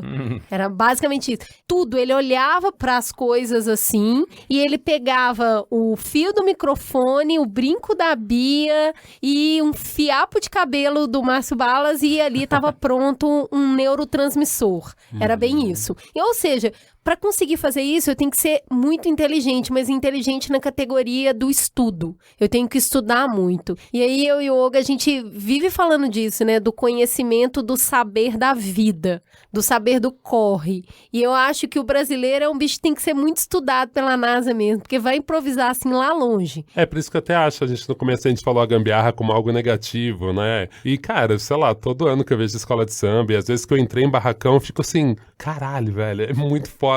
Tipo, dá um orgulho, dá vontade de sair abraçando todo mundo sem falar nada, assim. Tipo, velho, como vocês fizeram isso? Vocês têm impressora 3D? Não. Tipo, a gente tem aqui 3 isopor, uma cola quente. Os caras com a cola quente, velho, faz tudo. Eu até fico brincando, air fryer e cola quente, velho. Porra, acabou, não precisa de mais nada. É o máximo de tecnologia que eu preciso, né? Uma cola quente e uma air fryer, eu tô tranquilo, eu vivo na ilha sozinho. Esses saberes da vida, eles ajudam a gente a improvisar muito. Quem veio do lugar onde o improviso nem sempre é uma escolha, né? É uma necessidade. Ela começa a ver o mundo como olhar de muita criatividade. Não, e até essa questão, né? Nossa, eu tô indo bem longe nisso, que é um assunto que eu tô pensando muito esses dias, né? Quando a gente pensa em ancestralidade, mesmo como os povos indígenas, povos africanos, enfim, culturas mais antigas, passavam, né, o conhecimento sem ser pela linguagem escrita, sendo na linguagem oral. É muito interessante você ver que todo mundo pode colaborar com a linguagem oral, porque você vai contar aquela história, a próxima geração, ela bota uma camadinha de emoção, um pouquinho da experiência dela, e às vezes assim, cara, puta, esse tipo de conhecimento também é tão rico. Óbvio que depois as pessoas querem usar método científico, e eu acho que tem coisas que é bom que alguém use, né? Assim, né? Eu sempre fico brincando, né? O cara que fez a maniçoba, os 10 índios que morreram antes, porque tem que ficar um tempo pra ela não virar veneno, né? O cara que comeu no 4º dia, putz, morreu. Então, você comer no 4º dia, você morre. Vamos deixar 5? Que tal? Vamos no próximo deixar 5? Eu acho legal ter algum tipo de método, mas muitas vezes esse excesso de método e de controle, ele acaba matando um pouco, ou né? de só validar aquilo que vem da ciência metodológica, né? Eu só acredito, ou só pratico, ou só respeito aquilo que vem do lugar do método. Então, sei lá, quando você pega um cara que pega uma caixa de isopor, coloca gelo dentro, tomba ela, abre um buraco e coloca o ventilador do outro lado e fala que é ar-condicionado, meu amigo, palmas para essa pessoa, entende? Ela olhou pro mundo e falou assim, tá quente demais, eu vou fazer qualquer coisa para refrescar. E ao mesmo tempo é isso, né? Não é, a gente sabe que a gente tá num momento que é um momento muito delicado pra gente falar mal da academia, né? Muito pelo contrário, a gente precisa, né? Mas eu acho que é isso também, né? Quantas coisas da ciência a gente não viu que cientistas foram ver como os índios faziam e entenderam que naquela crendice, naquela coisa que a nossa avó falava, tinha assim um princípio ativo, ou na planta, né? Então eu acho que realmente é combinar os dois mundos mesmo, né? É não desprezar o outro conhecimento, é não desprezar quem pensa um pouco diferente, quem tá vendo uma questão maior, né? E vem a questão também do saber ouvir, do interpretar esse conhecimento que é o empírico, né? Que é o conhecimento base. É porque às vezes a gente pensa que a ciência sabe tudo, mas não é, né? Ela é um tipo de conhecimento, assim como a filosofia é um outro tipo, e assim como o senso comum também é um outro tipo de conhecimento, mas também são válidos, né? E uma outra coisa que eu fiquei pensando que vocês trouxeram é essa questão da criatividade e do improviso dentro da ciência, que é algo um pouco, digamos, difícil de se fazer, né? Não impossível, porque tem processo, sim, criativo numa escrita de uma dissertação, que é o momento que eu tô vivendo agora, né? Bem tênue, né? Tem um processo criativo, só que tu tem que criar a partir de padrões pré-estabelecidos, né? Então tem lá uma dissertação que tem que ter introdução, método, não pode criar tanta coisa, mas tem aquilo que é teu, né? E tem algumas partes ali, por exemplo, de uma dissertação ou de um artigo nem tanto, né? Que tu pode colocar alguma coisa tua, mas é muito limitado, né? E às vezes até frustrante, porque você precisa se encaixar Mas a limitação às vezes é ótimo, né? Não sei, eu vejo pelo menos pra música, eu acho que às vezes eu até prefiro que tenha algum limite, sabe? Ó, só pode criar com 3 equipamentos, principalmente no computador que é limitado, então às vezes eu fazia a batida de rap. Cara, eu abri um programa que eu podia pôr qualquer instrumento. Não que eu soubesse tocar todos, porque eu não sei mesmo, mas assim, eu poderia pôr todos. E às vezes eu falava, cara, eu só posso criar com 3. E aí, a partir disso, você botou Sim, umas regras... Sim, Isso às vezes a facilita, regra... né, às vezes parece que a facilita. regra, o limite, ela atrapalha o processo criativo, mas muitas vezes ela ajuda para não ficar tão solto, né? A gente tem que aceitar a regra e criar em cima dela. No exercício do improviso é bem assim, você falou de rima de improviso, né? É isso, qual a regra? A regra vai rimar a segunda com a quarta, então beleza. Claro, às vezes também a regra ela pode ser tão bruta que ela... Mas para mim o problema não é a regra, eu acho que o que atrapalha o processo criativo é o julgamento. A vontade de ganhar, né? De acertar. A coisa de ter que acertar, a coisa de eu não poder ser aquilo, não poder dizer aquilo, isso atrapalha o processo criativo, isso mata qualquer coisa, muito mais do que a regra. né? Não, eu acho que tem um exercício simples para isso, de novo, para dimensionar o possível fracasso, que é o exercício do pior cenário. Então, assim, tem um brainstorm, eu vou abrir a boca e falar uma bobagem, o que pode acontecer? As pessoas falarem, a ideia é ruim. E a próxima? Exato. Então, muitas vezes Diminui a a gente... ansiedade. Nossa, gente, é tipo, Terrivelmente. qual que é a pior coisa que pode acontecer? É a pessoa falar, não. Realmente, até que não vai doer tanto assim. Vamos nessa. Você falou uma coisa até de brainstorming, que é um conceito das empresas, que até nisso eu acho que se usa errado, porque o princípio do brainstorming é de assim, quanto mais ideia melhor, quanto mais louca melhor e quanto mais coisas tiver pra mesa melhor, porque uma ideia em si ela nunca é ruim, porque às vezes ela vai ser a porta de entrada ou de abertura de Sim. outras ideias dentro de um coletivo. E às vezes até mais complexas, né? Sim. Às vezes é uma Vai- ideia pequena que daí abre Que para vai- ideia mais complexa Exatamente. no processo criativo, Isso, né? exatamente. Ela vai possibilitar que abram ideias mais complexas. Então, por que a gente trabalha no sim, no improviso? É tudo sim. Porque quando o improvisador dá uma ideia, o outro diz sim e cria em cima dessa ideia. Aí depois um terceiro vem, diz sim e cria em cima dessa ideia. E outro diz sim. E aí uma cocriação acontece a partir dessa sucessão de sims. Num grupo que é não, ou numa coisa que a gente chama de bloqueio, isso, né? É muito comum isso nas empresas, quando eu faço palestra, falo muito disso. É muito comum isso do que o cara fala assim, e se a gente fizer tal coisa? Não, acho que isso aqui não dá certo. E se a gente fizer tal coisa? Não, aqui na empresa isso não rola. Não, calma. A ideia às vezes está nascendo, às vezes a ideia está surgindo, às vezes a coisa está brotando. E ninguém falou, quando você falou de ideia ruim, às vezes o cara deu uma ideia. A gente pega, anota essa ideia aqui mais, porque às vezes essa ideia, ela vai levar o outro para uma outra ideia, que vai levar o outro para uma outra, que vai levar... Geralmente é isso que acontece. Não é? E aí lá E na aí, frente... no final, não adianta você falar de quem foi essa ideia. Isso, exatamente. Porque ela é da construção coletiva, porque Isso. veio tanta coisa que dali brotou uma nova ideia. Eu acho que tem 2 aprendizados que a gente passou aqui, eu e a Juliana, muito forte, que foi o primeiro, vamos dizer sim pra tudo, porque a gente tinha um não como veto. Então a gente falou, não, vamos fazer. Eu tive uma ideia, beleza, vamos fazer a sua ideia. Aquele friozinho na barriga, tipo, eu não concordo, eu não acho que vai dar certo, mas eu vou falar o sim. E uma mais recente que a gente adotou, que é, deixa o problema aparecer. Que era assim, mas e se a gente fizer isso? Pode ser que aconteça aquilo. Legal. A gente, beleza, deixa o problema aparecer. A hora que ele aparecer, e a gente resolve. Por enquanto, a gente não tem um problema. Ele tá mapeado, foi importante você ter falado. Porque pode ser que isso aconteça, mas isso não pode ser um entrave pra gente deixar de fazer. Então mas foi muito com a mesa, né? E se o cara não fizer a mesa no preço que a gente precisa? Mas aí já é outro problema. Vamos resolver o primeiro, que é mandar pedir pra ele fazer mais barato. Se ele falar não, aí a gente vê o que vai fazer. Então, eu acho que nas relações pessoais, muitas vezes a gente deixa de se expressar, deixa de se colocar, porque a gente já tá prevendo o que o outro vai responder. Então, eu tô apaixonada pelo cara, eu não vou falar nem a pau, porque eu não sei a reação dele. O problema é dele. O meu problema é que eu tô apaixonada, preciso contar. O que ele vai fazer com essa informação aí já é com ele, entendeu? Se ele vai me devolver e falar, menina, tô também, casou. O máximo que ele vai falar não tô na vibe. Olha o tempo que você vai ganhar de já ter resolvido a treta ali. Ao invés de ficar alimentando essa paixão uns 3 meses, já chegou lá e falou, menino, tô apaixonada. Eu já fiz isso, tá, gente? E eu tomei um não. Eu não tô. Eu falei, que pena, hein? Mas deu ruim. Você falou da primeira coisa que você falou, você e a Ju, que é muito legal do sim, que é um exercício que eu proponho quando me pedem dicas criativas ou em fim de curso, né? Eu passo alguns exercícios para as pessoas fazerem em casa, eu proponho de você experimentar fazer o dia do sim. O que é o dia do sim? Esse dia você acordar e falar, bom, hoje vai ser o dia do sim. Tenho o meu caderninho ali e eu vou tentar falar sim para todas as propostas que me chegarem hoje nesse dia. Todas. Então, você tá no seu trabalho, no seu almoço, vamos comer sushi. Ai, mas eu não como... Sim, aí você vai lá e não quer dizer que aí você acha uma coisa no carro, se vira, mas assim, vai lá. Vamos tal lugar? Vamos. Faz isso, faz essa coisa pra mim.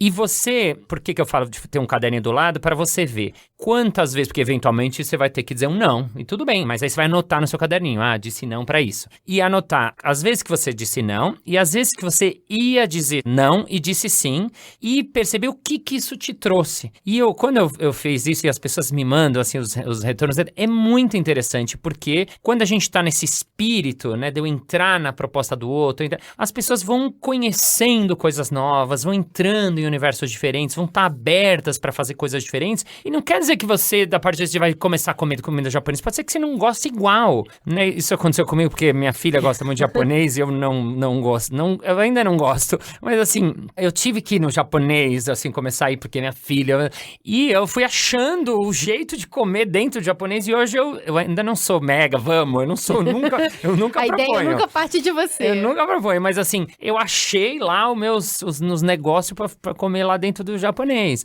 Ou então um amigo falou que escreveu assim, puxa, eu fui no Vila Cal, num show de sertanejo, que eu jamais iria. E ele falou assim, eu fiquei olhando e reparando como é interessante. E não é que ele passou a gostar de sertanejo, ele continua odiando, ele não vai de novo, mas assim, aquilo trouxe uma experiência, uma riqueza, um olhar, né? E aberto pra olhar, você não vai ficar lá reclamando o tempo todo. Mas assim, quando você vai num lugar se propor a uma experiência nova, em se tratando de cérebro, né? Isso eu perguntei para um neurocientista que eu entrevistei lá no Balasquete, que eu queria entender. Ele falou, é isso, quando você abre uma trilha nova no seu cérebro, você tá fazendo uma nova conexão. Então a gente tem que se propor a abrir essas trilhas, porque normalmente a gente vai pelo que já é conhecido. É o que já é conhecido, a gente vai sempre pelo mesmo caminho, faz sempre as mesmas coisas, almoça sempre nos mesmos lugares, vai sempre com a mesma turma. Quando a gente se propõe a fazer isso, eu vou almoçar, outra dica que eu falo é almoce diferente toda semana. Vai com uma turminha diferente. Eu sempre almoço com a galera da criação. Vai com os caras do RH. Nossa, almoça sozinho. Isso pra mim foi um grande desafio. Nunca gostei de almoçar sozinha. E um dia eu falei, vou almoçar sozinha. Eu nem sou uma companhia tão ruim assim. Pra mim, né? Foi legal, não foi ruim. Depois disso, não ficou mais sofrido quando eu tinha que almoçar sozinha. Exato. Eu acho que o tempo todo que a gente tá falando aqui, eu tô tentando lembrar de coisas que eu já improvisei pra contar pra vocês. É que tem uma que é tão ridícula que eu quero contar porque ela é ridícula demais. Eu lembro uma vez que eu tava na faculdade, ou seja, logo ontem, né? Sou uma pessoa muito jovem. Mas tava na faculdade, trabalhava o dia inteiro e levava marmita. E eu tava muito afim num carinha lá que estudava numa sala do lado da minha. E era uma época que a gente usava plataforma bem grande na frente, tipo um negócio que não dá certo, entendeu? Feito pra errar. E aí, eu chegando atrasada para uma aula, então eu tava com bolsa, mochila, coisa no braço, sei lá, andava com 1 milhão de coisas. E a hora que eu virei a curva, assim, muito rápido, sabe? Calculei mal a curva do corredor. Com aquele tanto de coisa, eu caí. E no eu cair, a minha bolsa abriu e minha marmita foi lá na frente. E o cara tava na porta da sala. E eu tive 1 milissegundo pra pensar e aí eu fingi um desmaio. Eu desmaiei. Falei, o quê? Que eu vou pagar esse mico? Desmaiei, fiquei lá bem desmaiada. Eu acho que eu até desmaiei de verdade tão bem que eu desmaiei. E aí... Acreditou, né? A hora que eu assim, sabe, bem diva hollywoodiana desmaiada, com a marmita lá na frente, pus a mão assim, tipo... Aí a hora que eu abro o olho, tava um menino lindo lá, ele era lindo na minha cabeça, pelo menos, segurando assim, Cris, você tá bem? Eu, não tô me sentindo muito bem. Aí ele falou assim, puxa vida, você se machucou? Aí eu, um pouco o tornozelo. Aí ele pegou meu tornozelo assim, eu falei, aperta um pouco. Eu acho que eu machuquei mesmo. Aí ele me pegou no colo. Eu sou muito cara de pau. Aí eu, tá doendo muito. Aí, tipo, a minha amiga pegou a marmita. Eu, esconde essa porra. Sabe, fazendo assim com a mão. E eu chamei ele pra sair no dia seguinte. Eu falei, nossa, você foi tão legal que eu me machuquei, você me ajudou. E aí eu queria te pagar uma cerveja, né? Pra te agradecer. A gente namorou um tempinho depois e tudo mais. E eu fiquei lembrando dessas saídas absurdas, sabe? Pra situações absurdas. Eu lembro uma campanha uma vez, que eu apresentei uma campanha inteira centrada na cor. que a cor era muito importante, por isso, aquilo. E aí o cliente era um senhorzinho. E aí ele virou pra mim e falou assim, minha filha, tá muito bonitinho, mas eu sou daltônico. E eu falei, tá vendo o impacto que a gente pode causar no outro? Vê se isso não é tão importante. E continuei a conversa, assim, nem me abalei, porque não tinha condições. Eu acho que quando a gente precisa pensar rápido para poder trazer uma resposta, para não perder o jogo de cintura, para continuar navegando, depois dá um ar de satisfação absurdo. Você fala assim, gente, olha isso que eu fiz. Que coisa absurda que eu fiz. Eu acho que com o tempo, quando a gente vai ficando muito duro, né, que você vai se fechando mais no status das posições que você vai alcançando, da idade, você vai se permitindo menos fazer isso, né? Eu costumo fazer isso muito com a Tatá, que uma vez ela entrou no banheiro, eu tava, quase sentando no vaso, assim, tava, preparada, eu tava bem grávida, aí ela falou assim, mamãe, você tá fazendo força? Eu tô fazendo a orelha do seu irmão. Peraí, só um minutinho. Muito concentrada, sabe? São as respostas que você tem que dar, entendeu? Porque se você for levar muito a sério, eu acho que você vai para esse lugar do se cobrar demais. Eu queria conhecer os improvisos de vocês, assim, das respostas, das saídas, e eu quero a verdade. Olga, você tem bem cara de quem passou uns perrengues e teve que improvisar. Ah, não, sempre tem. Mas é engraçado, eu tô lembrando de um que não é tão... É um pouco de aceitar o caos e ter algum método dentro disso. Fazendo um documentário, tal, pra uma marca, não sei o que, me pediram pra mandar um roteiro, um pré-roteiro. E eu via que a galera, pra aprovar, me pedia muita coisa. Eu falei, gente, é um documentário, eu tenho uma premissa, eu tenho umas perguntas, mas eu não sei o que a pessoa vai responder, né? Eu chamei esse cara, porque esse cara é o melhor tocador de rabeca, tal. E eu vi numa outra entrevista que ele falou tal coisa. Mas aí você chega pra perguntar uma coisa pra pessoa e a pessoa não fala aquilo. E você ficava pensando, né? Eu tentando aprovar isso e tentando mostrar pra pessoa assim, tal, mas pode ser que esse cara não fale isso, né? E eu não quero ficar botando fala na boca das pessoas. Mas depois, estudando essa questão do roteiro de documentários, eu aprendi uma coisa que é muito simples e muito boa, né? Você vai com algumas perguntas, você tem que aceitar que você vai voltar com outras. Então, primeiro, eu botava post-its na parede, é uma técnica, com as perguntas e uma timeline ali meio improvisada. Fazia as perguntas, voltava com essas perguntas, anotava os post-its de novo, botava na parede, e aí você arruma de novo na ordem certa, a ordem que for mais legal. E às vezes eu acho que a gente não faz isso, sabe? Tipo assim, cara, tudo bem, é só arrumar de novo, é só fazer de novo, sabe? Às vezes eu fico vendo que a gente acaba não fazendo isso. E uma história que eu lembrei que foi muito boa, assim, uma entrevista quando eu tinha banda, tal, Projeto Manada era o nome. E aí eu lembro que a entrevistadora chegou e falou assim, não, achei muito incrível esse nome da banda, né, um grupo de rap, assim, né, porque são vários manos, né, então é tipo um coletivo de mano. A entrevistadora foi falando, me dando a melhor resposta. Eu assim, isso mesmo, é um coletivo de manos. E ela pirando na resposta e dando a resposta. E às vezes eu falo que realmente essa questão de ouvir, porque não era, né? Eu tinha, enfim, quando eu tinha pensado no nome, eu tinha pensado mais no elefante pelo fato do elefante ter uma puta memória. Então assim, um MC precisa ter uma memória muito grande pra lembrar das letras. E tinha pensado do elefante ser um bicho que ele é muito calmo, em teoria, mas quando tem um estouro de uma manada, então quando ele fica bravo, ele é muito potente. Mas nem tinha ido pra do coletivo de mano, que era o mais óbvio. Então às vezes é isso mesmo, assim, ouve as pessoas, porque elas já estão te dando a resposta, né? Márcio, você improvisa muito? Sem ser no trabalho, na vida? Acho que sim, assim, eu não sou muito de planejar. Acho que o meu problema é o oposto, né? Você empolgou no negócio do improviso. Eu acho que eu podia ter, às vezes é verdade, às vezes eu tinha que ter um pouquinho mais. Você falou de uma coisa que também, eu tô montando uma palestra nova que é sobre apresentação, né? E como eu tô muito no universo das empresas novas, né? E então eu inicialmente chamei ela de impro pitch, né? Porque eles falam muito do pitch, né? Do discurso. Então eu tava falando para uma menina de uma empresa, falei, então, eu tô com uma palestra nova, tô montando para o improviso como ferramenta para ajudar as pessoas e o nome provisório é Impro Pitch. Aí ela falou assim, Impro Speech, nome é ótimo. Aí eu pensei, falei, nossa, nem melhor que o meu, porque o pitch é muito pequeno, o speech é o discurso em inglês e dá um chance. E aí talvez minha palestra nova vai ser, ela nem sabe que ela deu o nome da minha palestra. Agora ela sabe. Agora dá um crédito pra ela, né? Igual Tomara que ela não músico. ouça Mamilos. Vai vir creditada, né? Tomara que na ela palestra. não ouça Mamilos. Marília, e seus improvisos? Qual deles são publicáveis no Mamilos? Então, eu tô tentando lembrar de alguma coisa e me deu um branco, gente. Inventa, improvisa, conta a história dos outros. Ó, caramba, eu vou fazer aqui uma coisa que talvez a única coisa que me veio na cabeça é um pouco da história assim do meu irmão, que a minha mãe quando foi fazer o exame e tudo, achando que tava com pedra nos rins, né? Aí daí foi lá, viu tudo direitinho. Não, senhora, está grávida. Quê? Uau. Não posso, era o terceiro filho. Aí olhou assim, não, mas não pode, tem alguma coisa, né? Enfim, daí veio meu irmão, que hoje tá com 23 anos, né? O Fabrício vai até me... Pedrinha. Então, aí que vem a história, né? Porque o pai até falou brincando, assim, o nome dele é Fabrício, mas a gente queria pensar assim, e se a gente colocar ele num de pedregulho, de Pedrito, alguma coisa assim nesse sentido? Daí todo mundo começou a rir, né?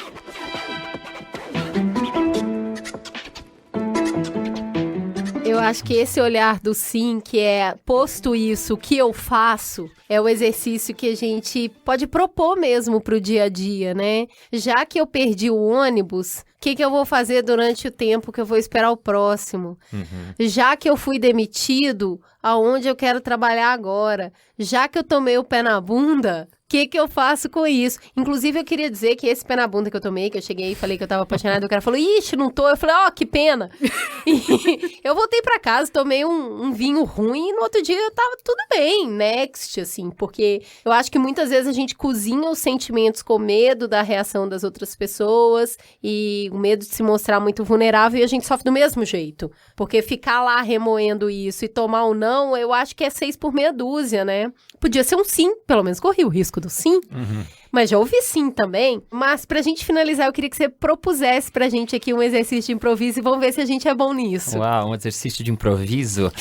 Vou fazer um exercício que chama História Compartilhada, onde a gente vai criar uma história, nós todos, cada um só pode falar uma palavra, uma única. Mesmo artigo, preposição o, a, de, só vale como uma. Então, a Marília vai começar falando o nome do personagem. E aí eu vou falar, então, por exemplo, Joãozinho, foi, para... e a gente vai tentar fazer uma historinha entre todos. Pode ser? Ok, vamos lá. Vamos lá. Então você começa falando o nome de um personagem. Erivaldo. Era, Grande. Por quê? Não. tomava, Jeito. Mas, Um belo. dia, Acordou. feliz. Da. vida, Pois.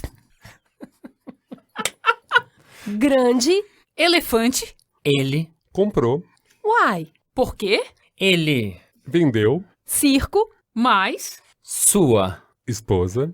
Não. Gostou. nada, Do. Preço. Então. ela, Reclamou. Muito. Depois. disse. No Twitter. Twitter?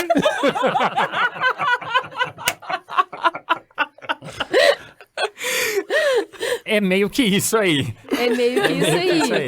Eu gostei, porque não perde, né? Eu falei 2 palavras e eu não perdi Eu o perdi, jogo. eu falei duas continuaria. palavras Ela também. falou, isso acontece também. Você viu que uma hora ela falou 2 palavras assim, no trabalho do improviso, o outro vai lá, continua. Vai arrumando. Não fala, olha, você falou. Olha, você falou 2 e era uma só. Isso. Nossa, eu já tava me punindo. Você viu que eu parei? Eu falei no Twitter e parei. Tipo assim, Você falou, até você não falou no Twitter, você falou no Twitter. E o que acontece? Tu não chegou a no falar, eu improviso, falei. Eu falei. na muitas hora eu vezes falei, tô errado. o que acontece é assim, um fala no Twi, aí o outro fala ter.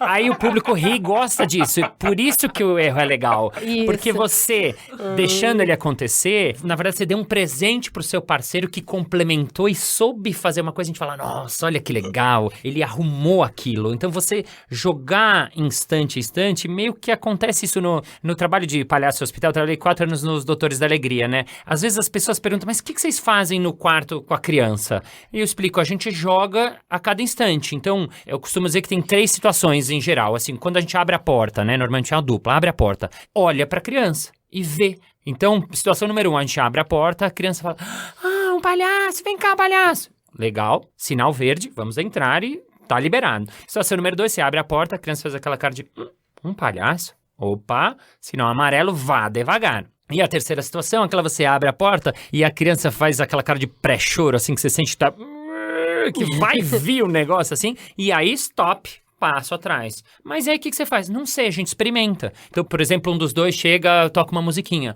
Borboletinha tá na... ok, foi embora a borboletinha, não deu certo. Aí o outro experimenta um marionete. Oi, tudo bem? Qual o seu nome, amiga? Não responde. Ok, foi embora o cavalinho. Aí o terceiro vai, de novo, mais uma proposta. Ele vai lá, solta uma bolinha de sabão pra dentro do quarto. Aí a criança olhou. Opa, olhou. Mais uma. Mais uma bolinha. Soltou. A criança olhou. Opa, passinho pra frente. Mais uma bolha. Tá olhando. Passinho pra frente. Mais uma bolha. Eu vou lá, recolho a bolha, levo até ela estoura a bolha, aí dá um sorriso. Isto é, a gente vai fazendo instante a instante, nessa escuta, né? A Marília tinha falado nessa escuta que a gente chama de escuta periférica, escuta superativa, escuta lúdica, de ouvir o que acontece do outro lado, aí eu faço uma coisa, aí ele faz uma coisa, aí essa cocriação acontece lá na hora, né? Então, é um pouco disso que a gente fala que se trata, de estar no momento presente junto com o outro na brincadeira. É uma dança, né? Não dá pra dançar sozinho, senão começa a pisar no pé, começa a machucar. Então, assim, eu acho que o convite pro improviso é um convite pra curiosidade, pra ousadia, pra entender que... Eu não sei se já aconteceu isso com vocês, de, tipo, achar que tá no fundo da piscina e a piscina é rasa, a hora que você levanta, você tá com um pouquinho de água. Então, de dimensionar mesmo o risco que você tá correndo, porque muitas vezes a gente perde a oportunidade e o risco é muito pequeno, né? Ou o que der errado ali, só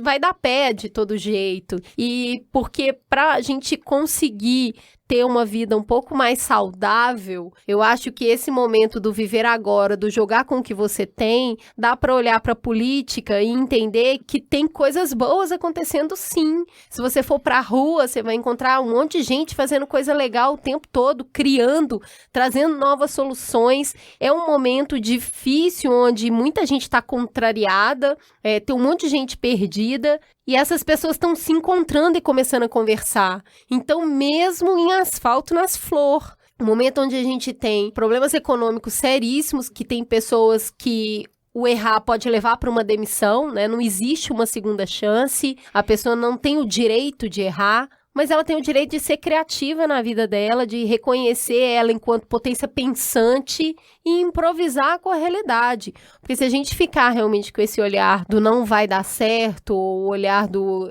é o que tá posto e vai ser assim, realmente a gente vai ficando mais pesado, vai ficando mais difícil. E aí, a minha preocupação com isso, que é não desvalorizar o que cada um tá vivendo, mas é que se ficar muito pesado, a gente não consegue se mover. Essa que é a minha preocupação. Tá tão pesado, tá tão pesado, tá tão pesado, na hora que você vê, tá carregando tanta coisa, que aí você tá estagnado. Aí nada muda mesmo. Porque você não consegue mais ter mobilidade, você não move mais, tá parado. Então, acho que o convite desse programa é esse, né, gente? Vamos improvisar, vamos olhar para a situação e dizer um sim.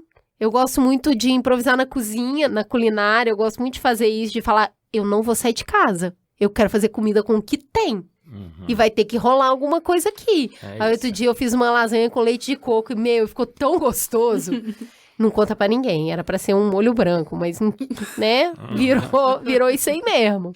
Então, eu acho que essa ousadia, ela traz mais conexão da gente com o corpo, com o outro, com o alimento, com uma série de coisas, né, que você vai tentando, experimentando e vai falando, olha, menina, não é que ficou bom isso aqui ou ficou ruim demais. Mas é isso, o risco é pequeno, sabe? Realmente, a gente tá num momento bem difícil, a gente sabe de tudo, todos os movimentos de resistência que a gente tá fazendo, e eu acho que é um momento também de aprendizado mesmo, de se juntar, de olhar para o outro, e volto a reforçar o que eu disse antes, assim, gente, vamos ser um pouco café com leite na vida, sabe? Vamos deixar para ser sério e presente, super, né? Nos momentos que você precisa. Agora, assim, na maioria das coisas, cara, a gente pode ser mais tranquilo, não se olhar com esse olhar tão crítico, porque ele atrapalha a criatividade e atrapalha a improvisação.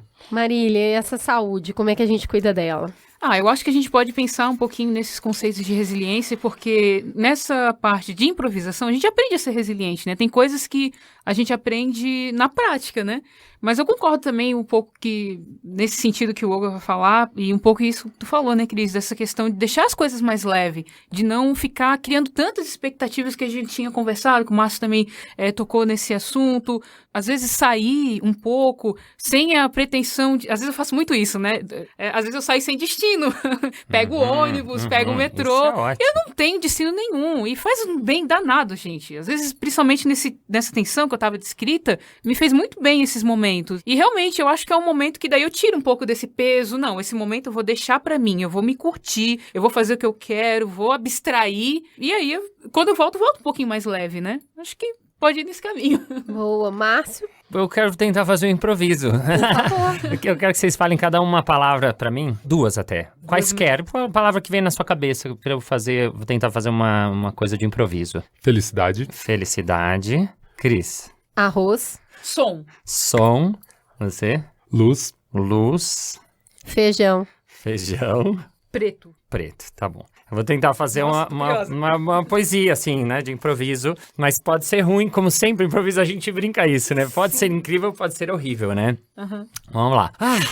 Estamos aqui nesse podcast, eu não estou aqui todo dia, tentarei agora fazer uma poesia. A gente anda por toda a cidade, buscando o quê, meu Deus? Buscando a felicidade. Tem gente que é do agora, tem gente que é do depois, mas ninguém dispensa um bom feijão com arroz. Tem gente que é ruim, tem gente que é bom, mas a gente adora dizer, DJ, solta o som. Outro dia eu me feri e rolou um pouco de pus. Foi a única rima que eu achei para rimar com luz. Tem gente que olha de longe, tem gente que olha de perto. Tem gente que é branco, tem gente que é preto. É por isso que eu digo que a gente tem que ter vida ativa. A gente falou aqui para baixar a expectativa. Dizer muito mais sim e sair logo do não, porque a gente tem que trabalhar a nossa aceitação. Olhar pra coisa de jeito, olhar pra coisa de frente e saber que uma coisa resolve é a tal da cola quente. E é por isso que eu digo, parem com os vacilos. Ouçam esse podcast que se chama Mamilos. Muito bom. É isso aí. Com essa, vamos para o Farol Aceso. Farol aceso. Antes de irmos pro Farol Aceso, eu tenho um recado cheio de carinho para passar. A gente vai falar um pouquinho do algoritmo G. Vocês que nos ouvem com frequência já devem ter visto que a gente lançou como extra no nosso feed uma minissérie em 4 episódios. Ela acabou na semana passada, mas ela está disponível para vocês ouvirem agora inteiro. Sabe quando a Netflix lança a temporada inteira? É isso. É uma minissérie em 4 episódios, feita com uma parceria muito especial com a Alura, que nos deu esse desafio gostoso, que era atrair mais mulheres para o mercado de tecnologia, derrubando os mitos que as fazem não se perceber nesse mercado. Bia, conta um pouco para as pessoas o que é a Alura. A Alura é uma escola online onde você pode se inscrever e pagar uma mensalidade e ter acesso a vários cursos diferentes. Entre eles, cursos de tecnologia para mulher. Ô, Cris, ouvi o algoritmo G, lembra? Eu fiquei muito emocionada com a frase, vamos fazer as pazes com a matemática? Não é lindo? Eu fiquei muito emocionada e me deu vontade de fazer curso. São mais de 800 cursos, e inclusive muitos são ministrados por mulheres. E é tão legal falar disso, principalmente agora, porque o dia 13 de setembro é comemorado o Dia do Programador. Dá para dar parabéns para nossa apresentadora Roberta Arcoverde. Sim! E para que cada vez mais mulheres possam celebrar essa data e quebrar paradigmas na carreira de desenvolvimento, a gente tem uma oferta especial. A gente está convidando vocês para entrar, conhecer o curso e usar o cupom do Mamilos para ganhar um desconto e iniciar aí a sua jornada, a sua empreitada para entrar no mundo da tecnologia. É você em alura.com.br/promoção/mamilos e fazer as pazes e descobrir um novo caminho na tecnologia. Vai lá, ouve os 4 episódios lindíssimos com a Roberta Arcoverde e aproveita para conhecer os cursos e planos para estudar na Alura. Vamos então para o Farol Aceso. Vamos começar com Olga Mendonça. Querido, o que você tem para indicar para os ouvintes essa semana? Eu tô num movimento bem sério de voltar para a leitura de livros e principalmente de livros de ficção também, porque eu acabo lendo muita biografia que eu amo, mas criei um pouquinho para ficção. Então, indicar um cara que já esteve aqui, que é prata da casa, livro novo do Ricardo Terto, O Dia Antes de Nenhum, é um livro de contos. Então, se você é aquela pessoa que, Olga, eu não consigo ler livros longos, eu não consigo dar atenção, livro de contos, cara, melhor coisa para você ser picado pelo bichinho da leitura. Acabei de improvisar esse bichinho, não existe, enfim. Tipo o bichinho do teatro. Segundo livro é o livro do Paul Beach. Eu já indiquei o primeiro livro dele, que saiu pela Todavia, que era O Vendido. Lançou o segundo livro dele agora, que chama Slumberland, A Batida Perfeita. Procurem, veja a sinopse, é bem interessante, estou começando a ler agora. E última coisa, rapidinho, Angela Davis vem pro Brasil, novamente. Vem, Ângela, come tio Sesc, Mamilos. Vai rolar um seminário aqui no Sesc Pinheiros, ou para quem for de São Paulo, quem estiver perto, ou quem tiver uma graninha para vir, venha, do dia 15 ao dia 19. Vai estar a Patrícia Hill Collins, a Silvia Frederick, o Michael Lowy e a Angela Davis. A editora Boitempo vai lançar um novo livro dela, que é uma autobiografia. Eu que amo biografias, vou adorar ver. E é isso, gente. Só repetindo, dia 15 ao 19 são seminários que vão rolar, o Seminário Internacional Democracia em Colapso. Só colar no Sesc. Márcio Balas, o que você vai indicar? Então, eu tava numa dúvida, mas eu achava que era só uma, então vou falar mais de uma coisa. O primeiro... Tá liberado. Tá liberado? Primeiro é o livro de um amigo, chama Cláudio Tebas, que ele escreveu um livro com um psicanalista, Christian Dunker, que chama O Palhaço Psicanalista, que é muito legal. E é muito legal. Muito legal, tô adorando, sou muito fã dele, ele é muito amigo e eu sou muito fã dele. E as outras duas são indicações pessoais, porque eu faço um curso de improviso para iniciantes, que é para qualquer pessoa, e ele acontece uma vez a cada 2 meses e vai acontecer agora domingo, dia 22 de setembro. Para iniciantes, isto é qualquer pessoa que queira brincar, jogar, se divertir, desbloquear, ser mais feliz. Ele é realmente para todo mundo. Quem quiser saber mais, vai lá ou no meu Instagram, @MárcioBalas, ou no @Casa do Humor, que é quem organiza os cursos. Então, é aqui em São Paulo, mas é realmente para todo mundo. Eu falo que realmente todo mundo é qualquer pessoa maior de 16 anos e ser humano. Se for, assim, cachorro, bichos, aí não rola, mas é para qualquer um que é gente. E o Balascast, que é o meu podcast, que é o segundo melhor podcast do mundo, porque obviamente o primeiro é uma... Mas, enfim, onde eu compartilho um pouco minhas ideias sobre improviso, sobre criatividade, sobre palhaço. Então, ouçam lá o Balascast. Muito bom. E você, Marília? Então, eu tô lendo um livro, Quem Tem Medo do Feminismo Negro, da Djamila Ribeiro, que eu tô lendo ele agora, enfim, daí tô apaixonado pelo livro, porque ela traz conceitos científicos de uma forma muito leve, muito fluida, muito inteligível, ela escreve muito bem, então eu gostei muito desse livro. Ela é diva, pode ir falando. Ela é diva, enfim, assim, o Insta dela. Ela é diva maravilhosa. Nossa, e tal. Deus, gente, aquela mulher não existe, né? A gente pode ficar aqui até amanhã, tá ligado? Então tá bom. Então eu vou encerrar, porque senão fica até amanhã, eu e tu, né, Cris? É. E uma outra dica que eu queria, que eu assisti no cinema, é Bacurau. Gente, que filmaço! Que filmaço. Eu não sou, assim, fã de filme que tenha muita violência, mas, cara, esse filme, ele superou tudo, assim, ele superou tudo. Eu não vou nem dar spoiler, eu queria que você assistisse. Esse filme, ele traz questões que a gente tá vivendo atualmente, sabe? E ele também traz uma esperança de resistência desse momento atual que a gente tá vivendo. Então, eu super recomendo, é cinema brasileiro, muito bem escrito, muito bem... Nossa, enfim, gente, assistam. Eu só queria um bonequinho do Lunga e do Casal Pelado. Não, parou. Bacurau é um assunto proibido nessa empresa enquanto eu não for assistir. Eita! Eu já tô com cara feia aqui, porque eu já proibi até de citar o nome. Enquanto eu não for, eu não quero ouvir falar. Vá, Cris, vai amanhã, então.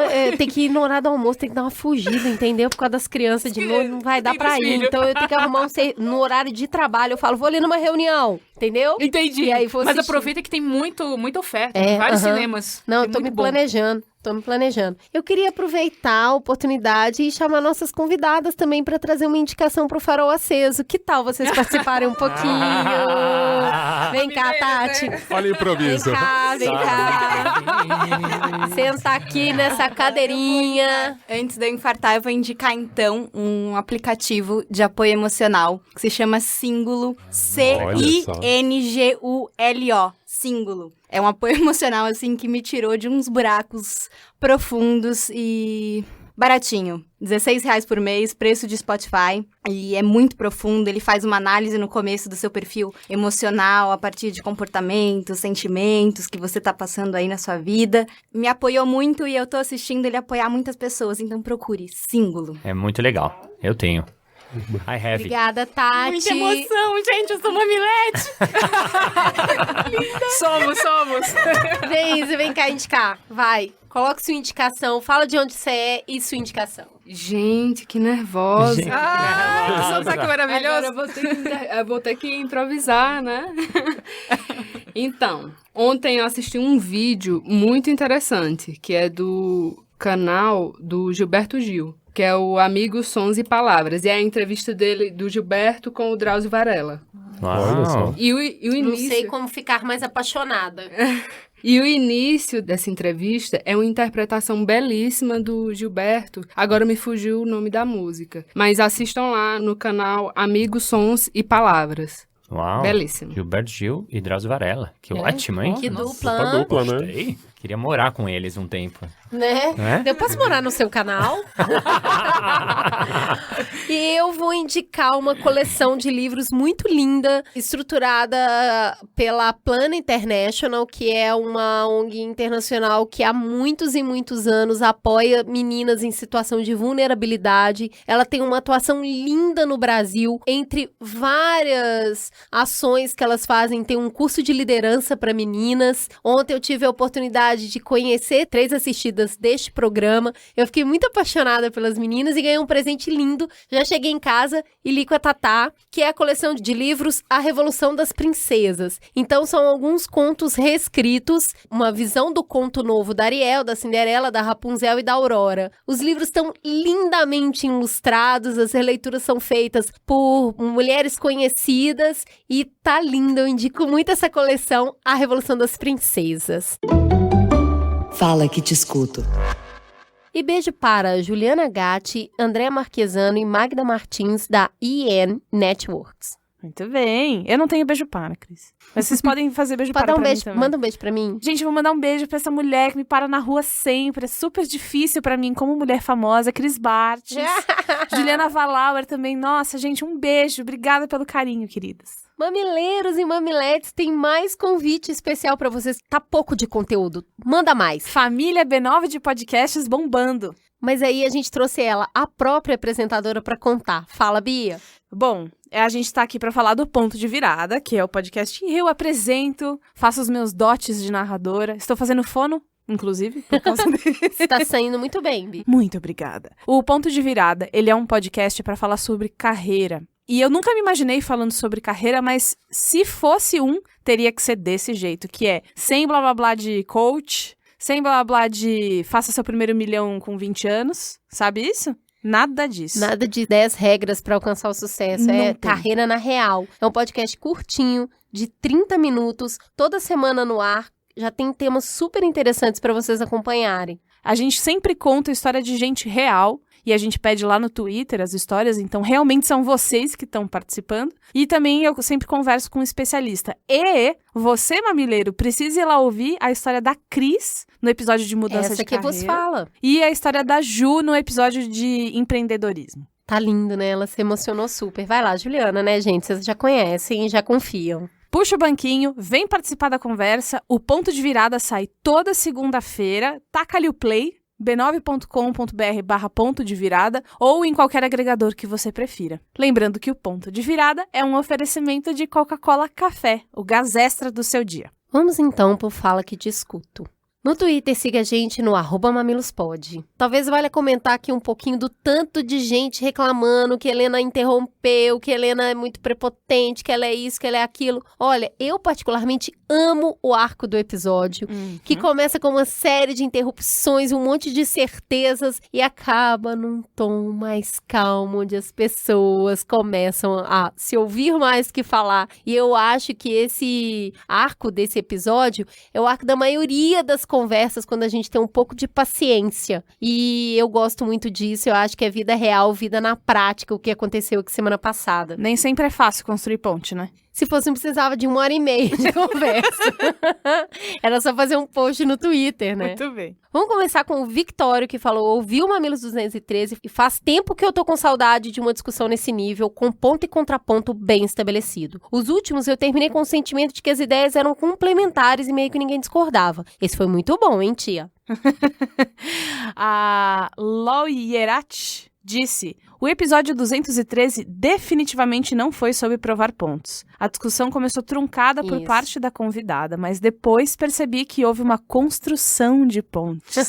Vocês são ótimas. A Dani disse: gente, que hino de episódio. Uma discussão rica, informativa, divertida, como um bom Mamilos. Terminei com vários outros questionamentos, eu amei e já quero ouvir de novo. O Douglas falou que achou muito bom o episódio sobre privatizações e fazia tempo que não via esse nível de ponto e contraponto. Isso é Mamilos, cravou. O Charles Ora disse: fogo no parquinho desde o início nesse episódio. E o Cleiver falou: só uma correção ao comentário da Helena de que funcionários públicos não podem ser demitidos. Podem sim. Tanto o funcionário público quanto o servidor público podem ser demitidos. O Diego disse: que episódio louco de bom. Muita oposição nas opiniões e ambas super embasadas. Eu confesso que eu senti um certo autoritarismo do lado privatista, mas repensei muita coisa nesse episódio. Por fim, Daniel Gucci disse: só mesmo um podcast tão excelente quanto Mamilos para eu ouvir quase 2 horas sobre privatizações e absolutamente concordar com quem é contra e com quem é a favor. Muito bom. Helena Landau e Marco Antônio em um debate de altíssimo nível. Altíssimo. Ouçam.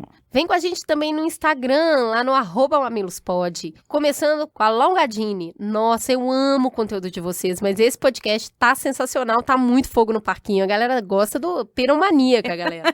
Eles gostam. Leop Alves falou: muito bom ouvir um embate mais acirrado novamente no Mamilos, mas com o plano de fundo de construção de pontes. Visões opostas devem e podem coexistir. Portela disse: independentemente da análise caso a caso, temos que estancar essa visão equivocada de que tudo que é público é ruim e mal administrado. A Charlene Bernardino disse: o programa é maravilhoso. Fiquei extremamente incomodada com a falta de traquejo da convidada, mas reflete bem as vozes que estão em pauta da defesa desse tema. E acho que ele me ensinou, porque em nenhum momento alterou o tom, uma placidez que me falta quando converso com pessoas de tão agressivo Muita gente falou isso. como da convidada. Na fala dela, entendi que não a chamam de psicopata da privatização sem motivo. Vocês são maravilhosas por conseguirem esses contrapontos. Você também pode falar conosco no e-mail, no mamilos@b9.com.br, como fez o Leandro Tadeu. Eu sou funcionário dos Correios desde 2001 e quando se fala de privatização sou contra.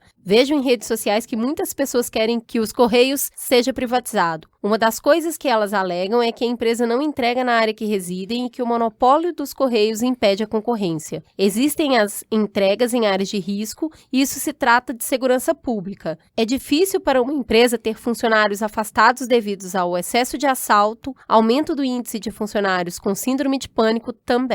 Os Correios não possuem monopólio do setor de encomenda. Existem empresas como Fidex, DHL e Alog. Em algumas áreas dominadas por traficantes, os Correios só podem entrar para entregar leite pelo leve leite e nada mais. Estamos pensando, inclusive, em entrar em greve, pois esse governo ofereceu um aumento de 0,8%, além da retirada de vários outros direitos conquistados. Sempre precisa existir um estudo sério para ver se é viável uma privatização. Mas se tratando desse governo, eu não vi nenhum. A Patrícia Silva também mandou e-mail e falou o seguinte: como empregada da Petrobras há quase 8 anos, achei revigorante ouvir essa teta quente sobre privatizações. Sobre o ideário liberal, acho importante lembrar que ele se baseia em premissas que raramente são cumpridas na prática, criando mitos não apoiados por dados. Eu cito alguns. 1. A empresa pública é financiada com meus impostos, enquanto a privada não. As empresas, no geral, são beneficiárias de isenções fiscais, que dá mais de 300 bilhões ao ano, segundo ela. Além de os lucros e dividendos não serem sujeitos a impostos no Brasil. Pausa um minuto. Eu quase sangrou a minha língua depois que eu não consegui falar isso na hora. 2 coisas que eu não lembrei de falar na hora. A primeira é que empresa privada é com seu imposto sim também. E a segunda é que pra mim a privatização da Vale deu muito do errado.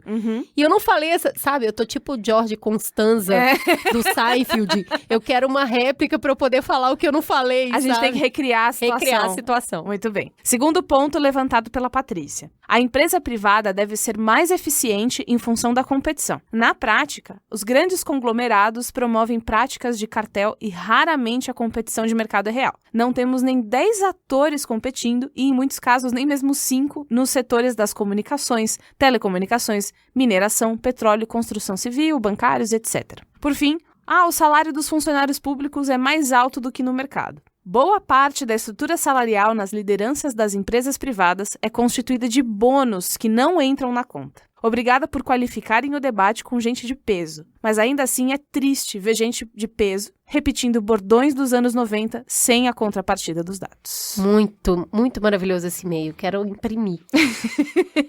Vou imprimir e deixar aqui na parede do escritório. Chegamos ao final do nosso Mamilos, que só existe porque a produção é feita pela Beatriz Fiorotto.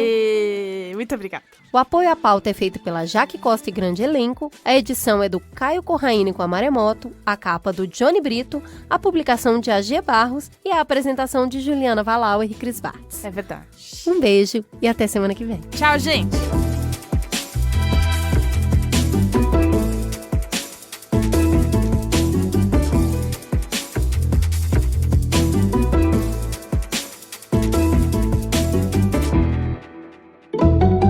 Mamilos, jornalismo de peito aberto.